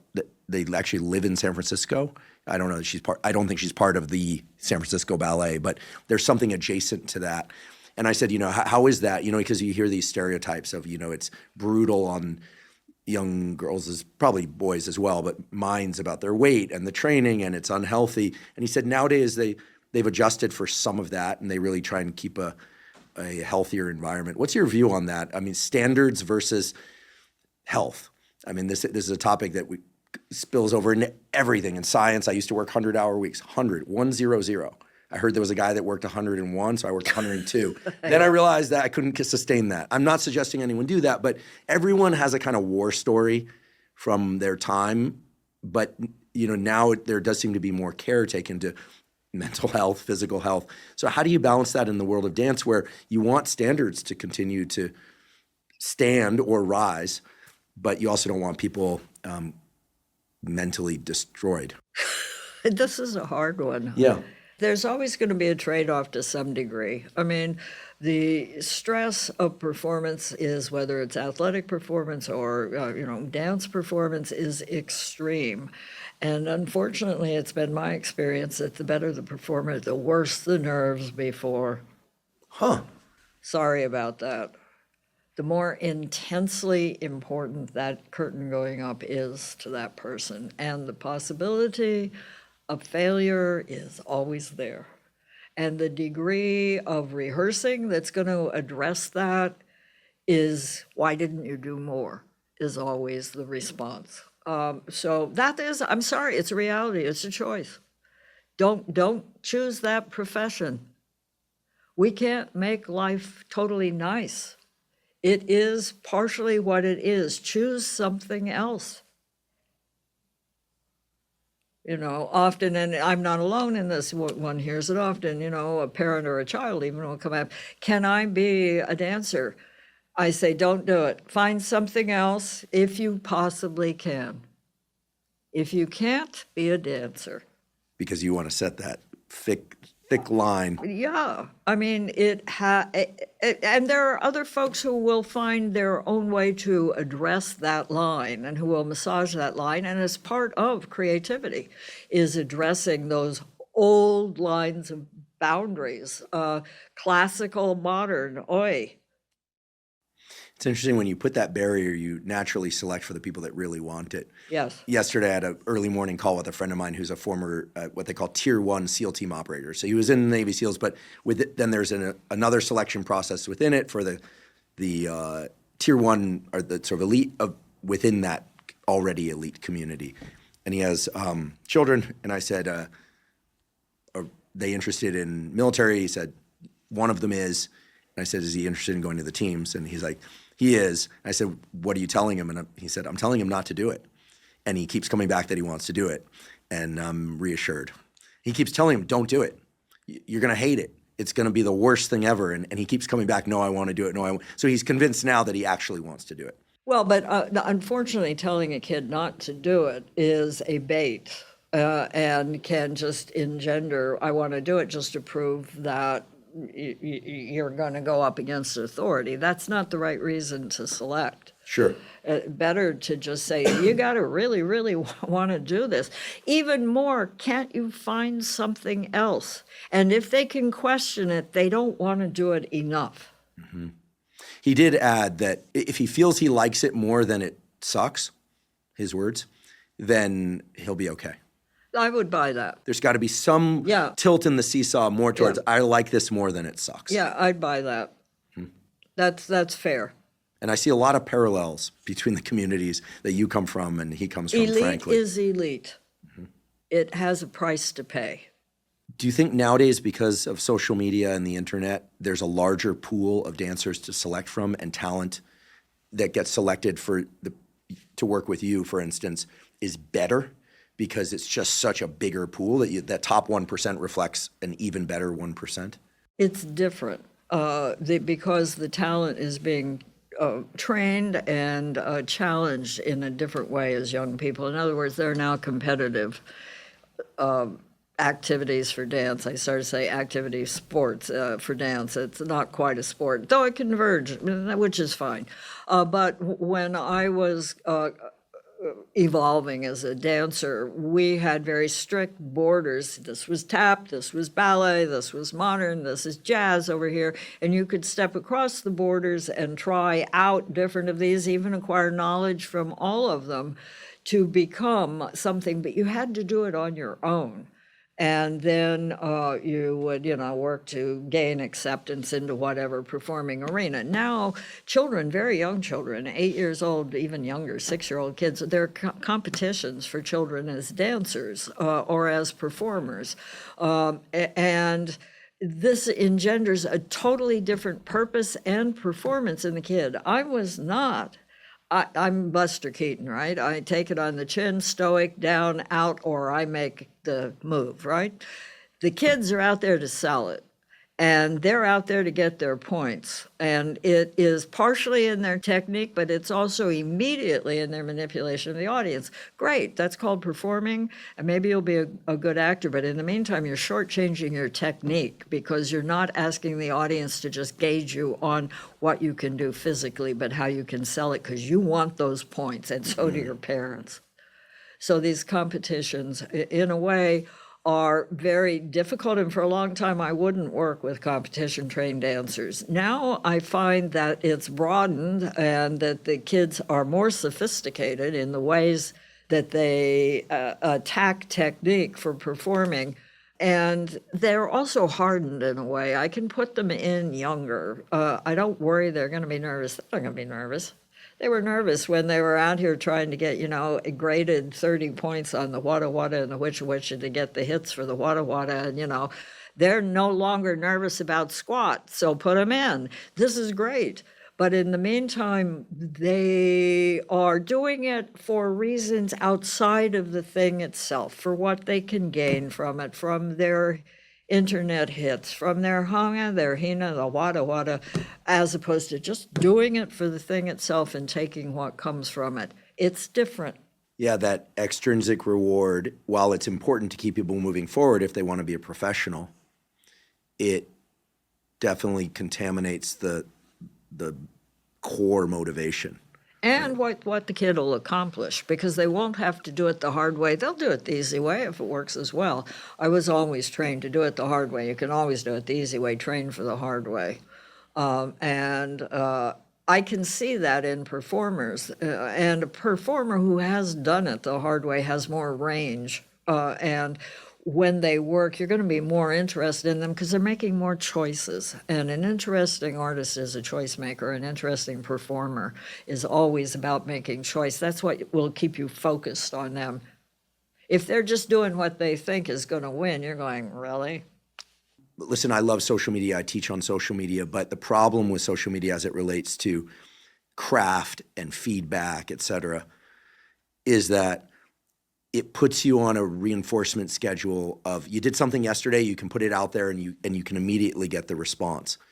I think there's a sweet spot between practice, mastery, and feedback. And when animals, of which we are, we adapt to certain contingencies. Every 48 hours I expect something back. Every 72 hours, I always tell people if they want to do a PhD, you got to love the topic. You got to embrace the lifestyle, but also, if nothing else, it will teach you to work very, very hard for 4 years to get something. Sometimes there are a couple publications in there or more or less, but if nothing else, it will teach you how to work very, very hard for something that only comes to you at earliest 4 years from now, which I think is very valuable. Even 4 years is like a promise. You might want to think about working for no reward. Mm-hmm. And after 4 years, you don't get anything other than the opportunity to continue. I love that. My graduate advisor put this into me. We published a paper in Science. I was so excited. And I said, we're going to throw a party. We're going to celebrate. And she just laughed. She was like, I could buy you a pizza, but I'm not even going to do that. She said something to that extent. I can't remember the exact words, but I remember what came next. She said, you already got the party. Yeah, right. And it's like, you're right. I love doing the experiment. And we went on, I think we published close to 10 papers together. And when I wasn't thinking about the PhD, in fact, they forced me to take my qualifying exam. I didn't want to take it. I just loved doing experiments. And if you love doing experiments, turns out you publish a lot of papers.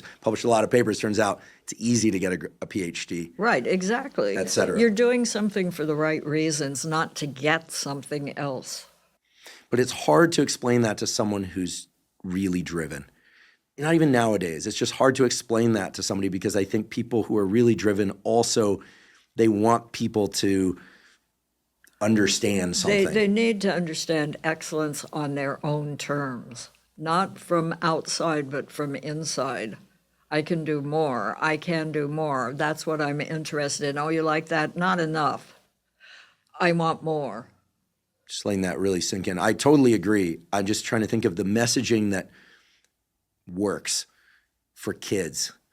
Almost none. I have a grandson, believe me. They operate on their own, in their own frame. Yes. Yeah. It worked on you. Worked on me to some extent. Yes, because my mother was a concert pianist, and she wasn't able to, the war came, and she started teaching to help support the family. And in a way, I think I was aware of the sacrifice that she had made, but I also heard the level of excellence from the time I was a teeny itsy bitsy. I went to her lessons, she'd continued, and I heard the practicing. And I think even with no training, I heard that was better than that, and they got closer. And you develop your own morality. You don't have somebody telling you what is good and what is bad. It sounds like, if I may, that you develop your own internal standard that's very high. It's very high, it's unattainable, and you're going to hate yourself a lot of the time. They don't tell you that, but it's well, true. I'm just saying. Yeah, it's true. I don't know if hate's a strong word. It is a strong word. Maybe not satisfied, but... Sorry, it's called hate. I love your honesty.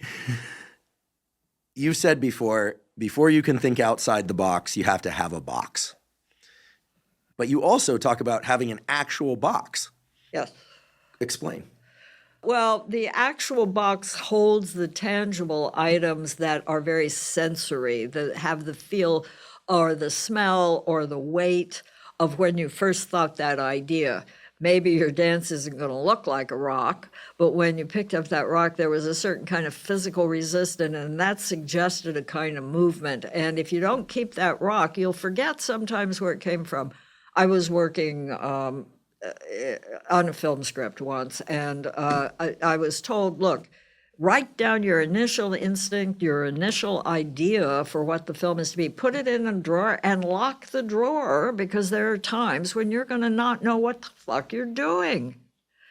Unlock the drawer and remind yourself. That rock can remind you of that original instinct, that original movement that evolved from it. And you go, oh, yeah, that's where I am. That's what I'm doing. But we overthink things and we compound it, and it's not that complicated.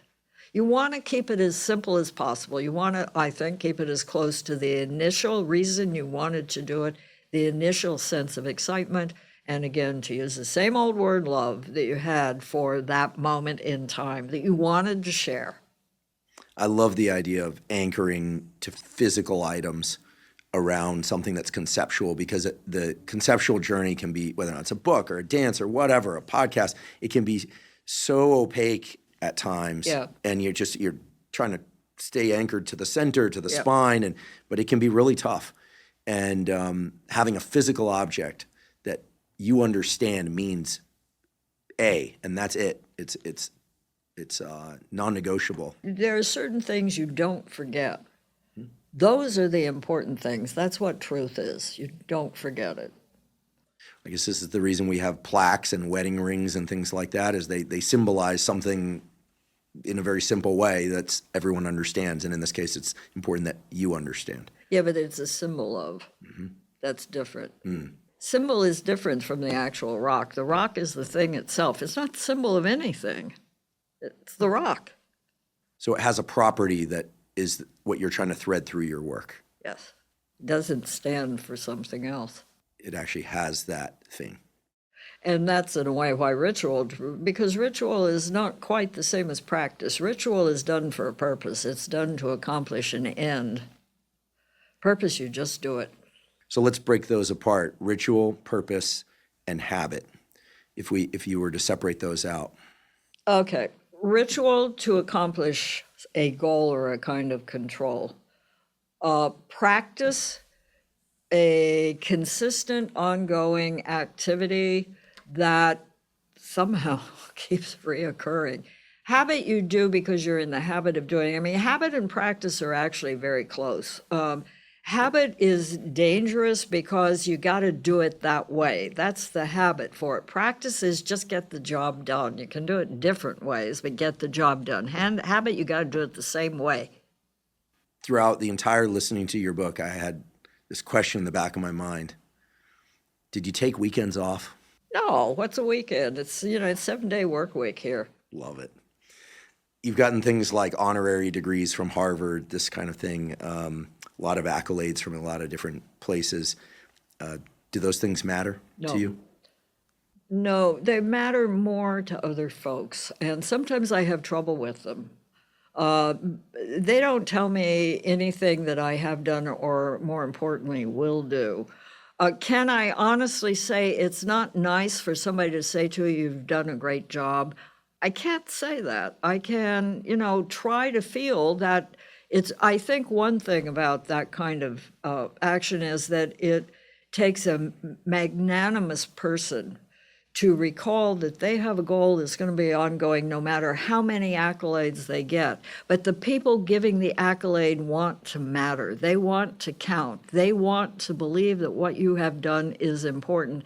And in a way, you owe it to them more than to yourself to accept that. I know you don't like the term, but you came up with it, and I think it's very interesting and important, which is this notion of scratching.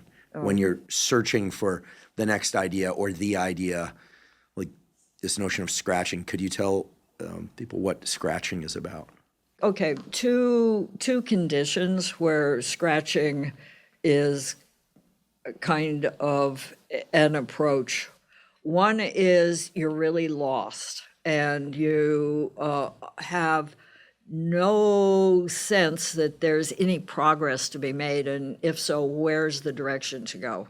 And you have to be patient with yourself in the situations and just try something. And did it mean anything or not? And having the faith to continue that is a kind of scratching. The other is you know perfectly well where you're going. You just don't know how to get there. And in scratching at or essaying or trying that approach, you still got to remember where your basic thing is, but you know you've got somewhere to go. That's a nicer place to be than when you are just in an absolute vacuum and scratching for something that has meaning. And scratching can take a lot of forms. You've said it could be going to a museum and seeing what captures your eye. It could be just living your daily life and just making sure that you capture anything that kind of pokes through. Is that right? Being open about things and being willing to be caught off guard, being willing to be surprised.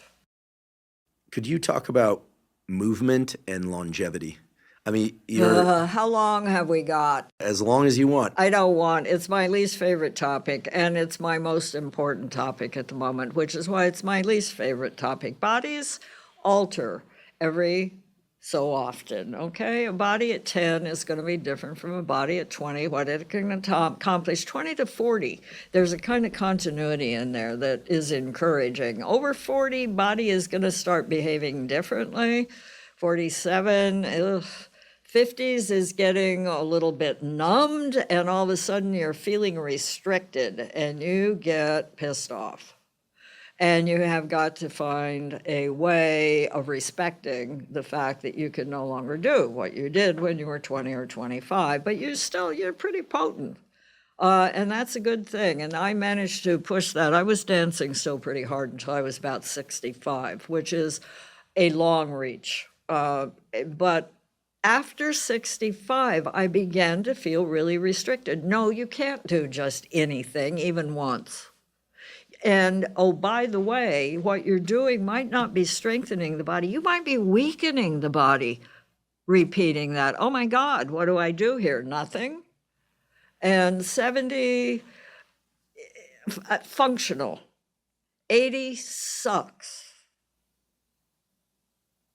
You're restricted now, and your body has lost facility, and you can't pretend it's any other way because you see it and everybody else sees it, and you need help, and you don't like help.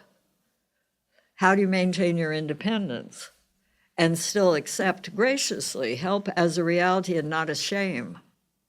How do you accept a declining body as not demoralizing? Those are tough questions. And particularly if you're invested in the body and it's where you learn what's true and what isn't true. It could be true for somebody who can still do it. It's not true for you because you still don't have that speed. You don't have that flexibility. You don't have that option. And so it becomes, I suppose, and I haven't quite accomplished this, but I think about it obviously a lot, we all do, is an exchange rate. Okay, I'm going to have to give up a kind of sort of physical independence, but in exchange for this, I can have a lot of goodwill. How can I circulate that goodwill to get this thing done that still feels as though it's a worthy enough accomplishment to offer? But it's a totally different mechanism, and it's physicality translated differently. And, I always in the studio, I was a very good dancer, and I managed to build a career because dancers wanted to work with me because they become better dancers. And now it is not a body that is dancing better than any other dancer. It is a body that is not moving and that needs still to be able to correspond to a great dancer with many, many options, that you have something to offer them and that you can realize something with them that is of great value.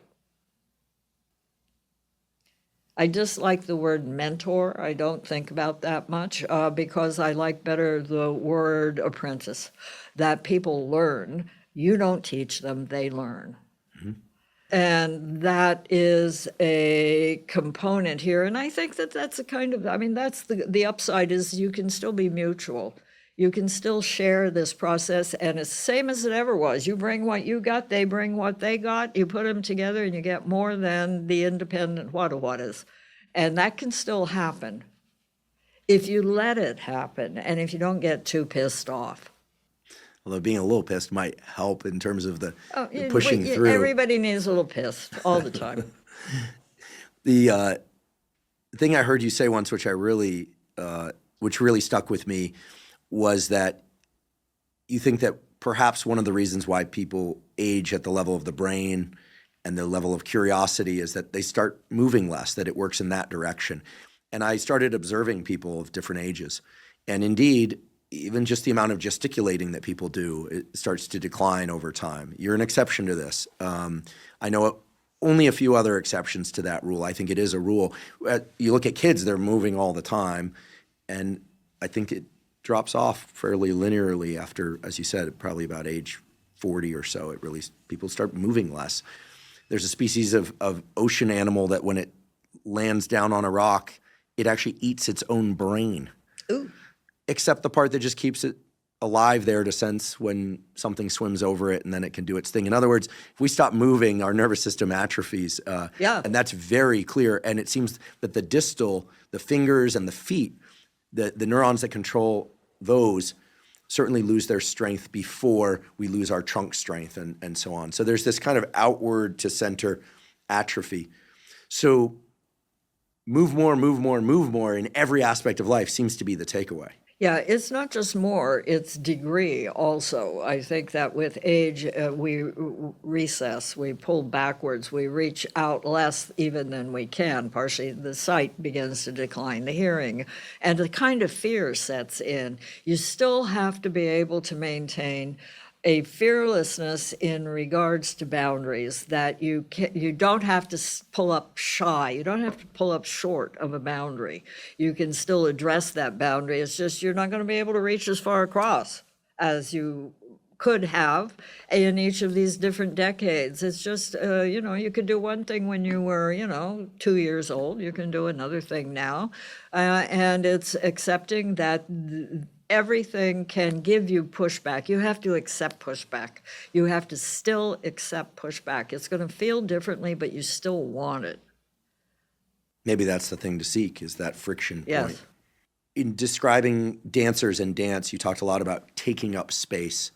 It's interesting. Now we're talking about people reflexively taking up less and less space as they get older. Voice occupies space too. So it's kind of interesting to think about movement as the fundamental way in which we have action at a distance or impact at a distance. And as you said, Shrivel. recess. Yeah. Shrivel. Yeah. Yeah, that's the thing. Maybe that's the thing to fight against. You know, the word fight, we fight against everything, and I do it too, we all do it. We got to look at it, I say to myself, as an opportunity. It's not a fight. It's an opportunity to keep the pressure on. I mean, we become frightened. I've seen that in some older folks. There's a fear that sets in. Right, and that's not necessary because we also got compensations for no reason. I'm thinking here of Camus, who had twins, and one of them was, for some reason, thinking she was going to go blind. I guess she'd been diagnosed. She started practicing being blind. She started keeping her eyes closed and this is a 12-year-old, taking a cane and trying to find her way as a blind person. She could see perfectly well. She was providing against the future. You're not going to provide against death, so just get over it and keep, pushing through like you can see, because you can. It's like meet the friction that's there, but at that edge, not any further out. At a reasonable point where there is a competition, not where you're pre-defeated.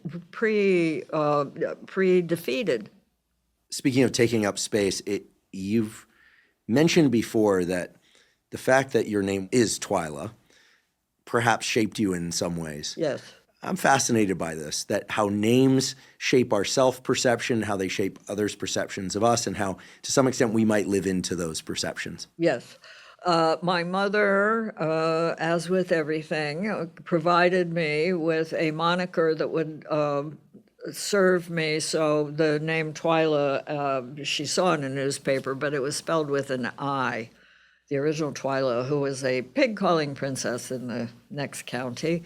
Twyla, I forget her last name. In any case, my mother changed it to a Y because she thought Twyla with a Y would look better on a marquee. Okay, she was right. That the T had to be selected for the alliteration between Twyla and Tharp, TT.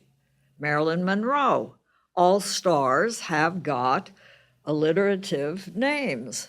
She's not wrong. It makes it easier to remember. It also seems to have a reinforcing quality. One name is a T, another T must be good. 2 T's, right? Yeah, this is all my mother's subliminal thinking to provide me with the course of stardom. Should I select, that's what I should go towards. God bless her. Yeah, that's what I said. Well, Twyla Tharp, thank you so much for coming here today. Thank you.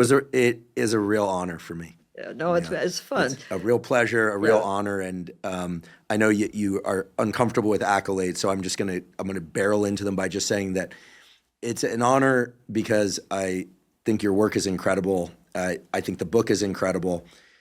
So many people that I told I was going to sit down with you today.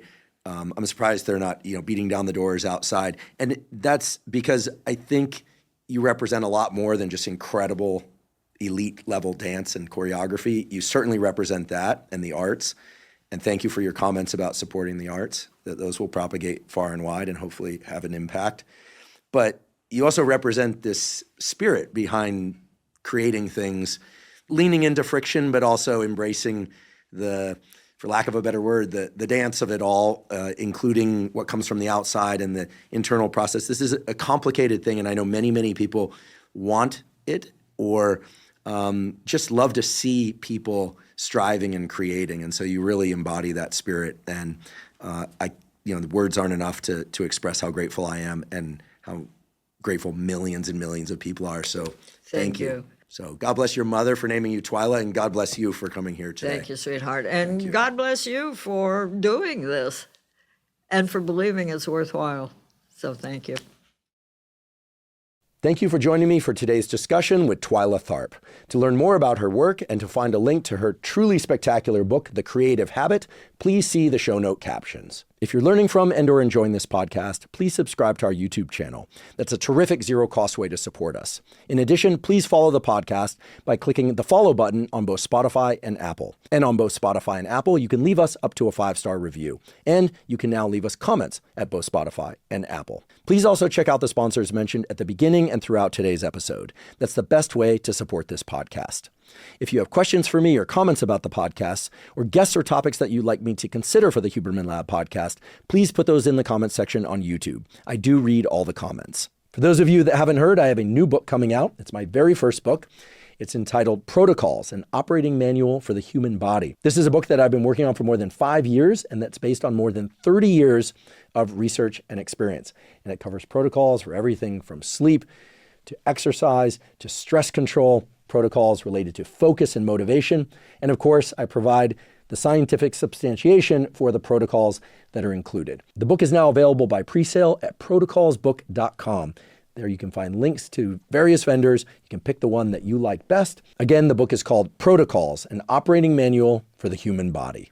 And if you're not already following me on social media, I am Huberman Lab on all social media platforms. So that's Instagram, X, Threads, Facebook, and LinkedIn. And on all those platforms, I discuss science and science-related tools, some of which overlaps with the content of the Huberman Lab podcast, but much of which is distinct from the information on the Huberman Lab podcast. Again, it's Huberman Lab on all social media platforms. And if you haven't already subscribed to our Neural Network newsletter, the Neural Network newsletter is a zero-cost monthly newsletter that includes podcast summaries as well as what we call protocols in the form of 1 to 3 page PDFs that cover everything from how to optimize your sleep, how to optimize dopamine, deliberate cold exposure. We have a foundational fitness protocol that covers cardiovascular training and resistance training. All of that is available completely zero cost. You simply go to hubermanlab.com, go to the menu tab in the top right corner, scroll down to newsletter, and enter your email. And I should emphasize that we do not share your email with anybody. Thank you once again for joining me for today's discussion with Twyla Tharp. And last, but certainly not least, thank you for your interest in science.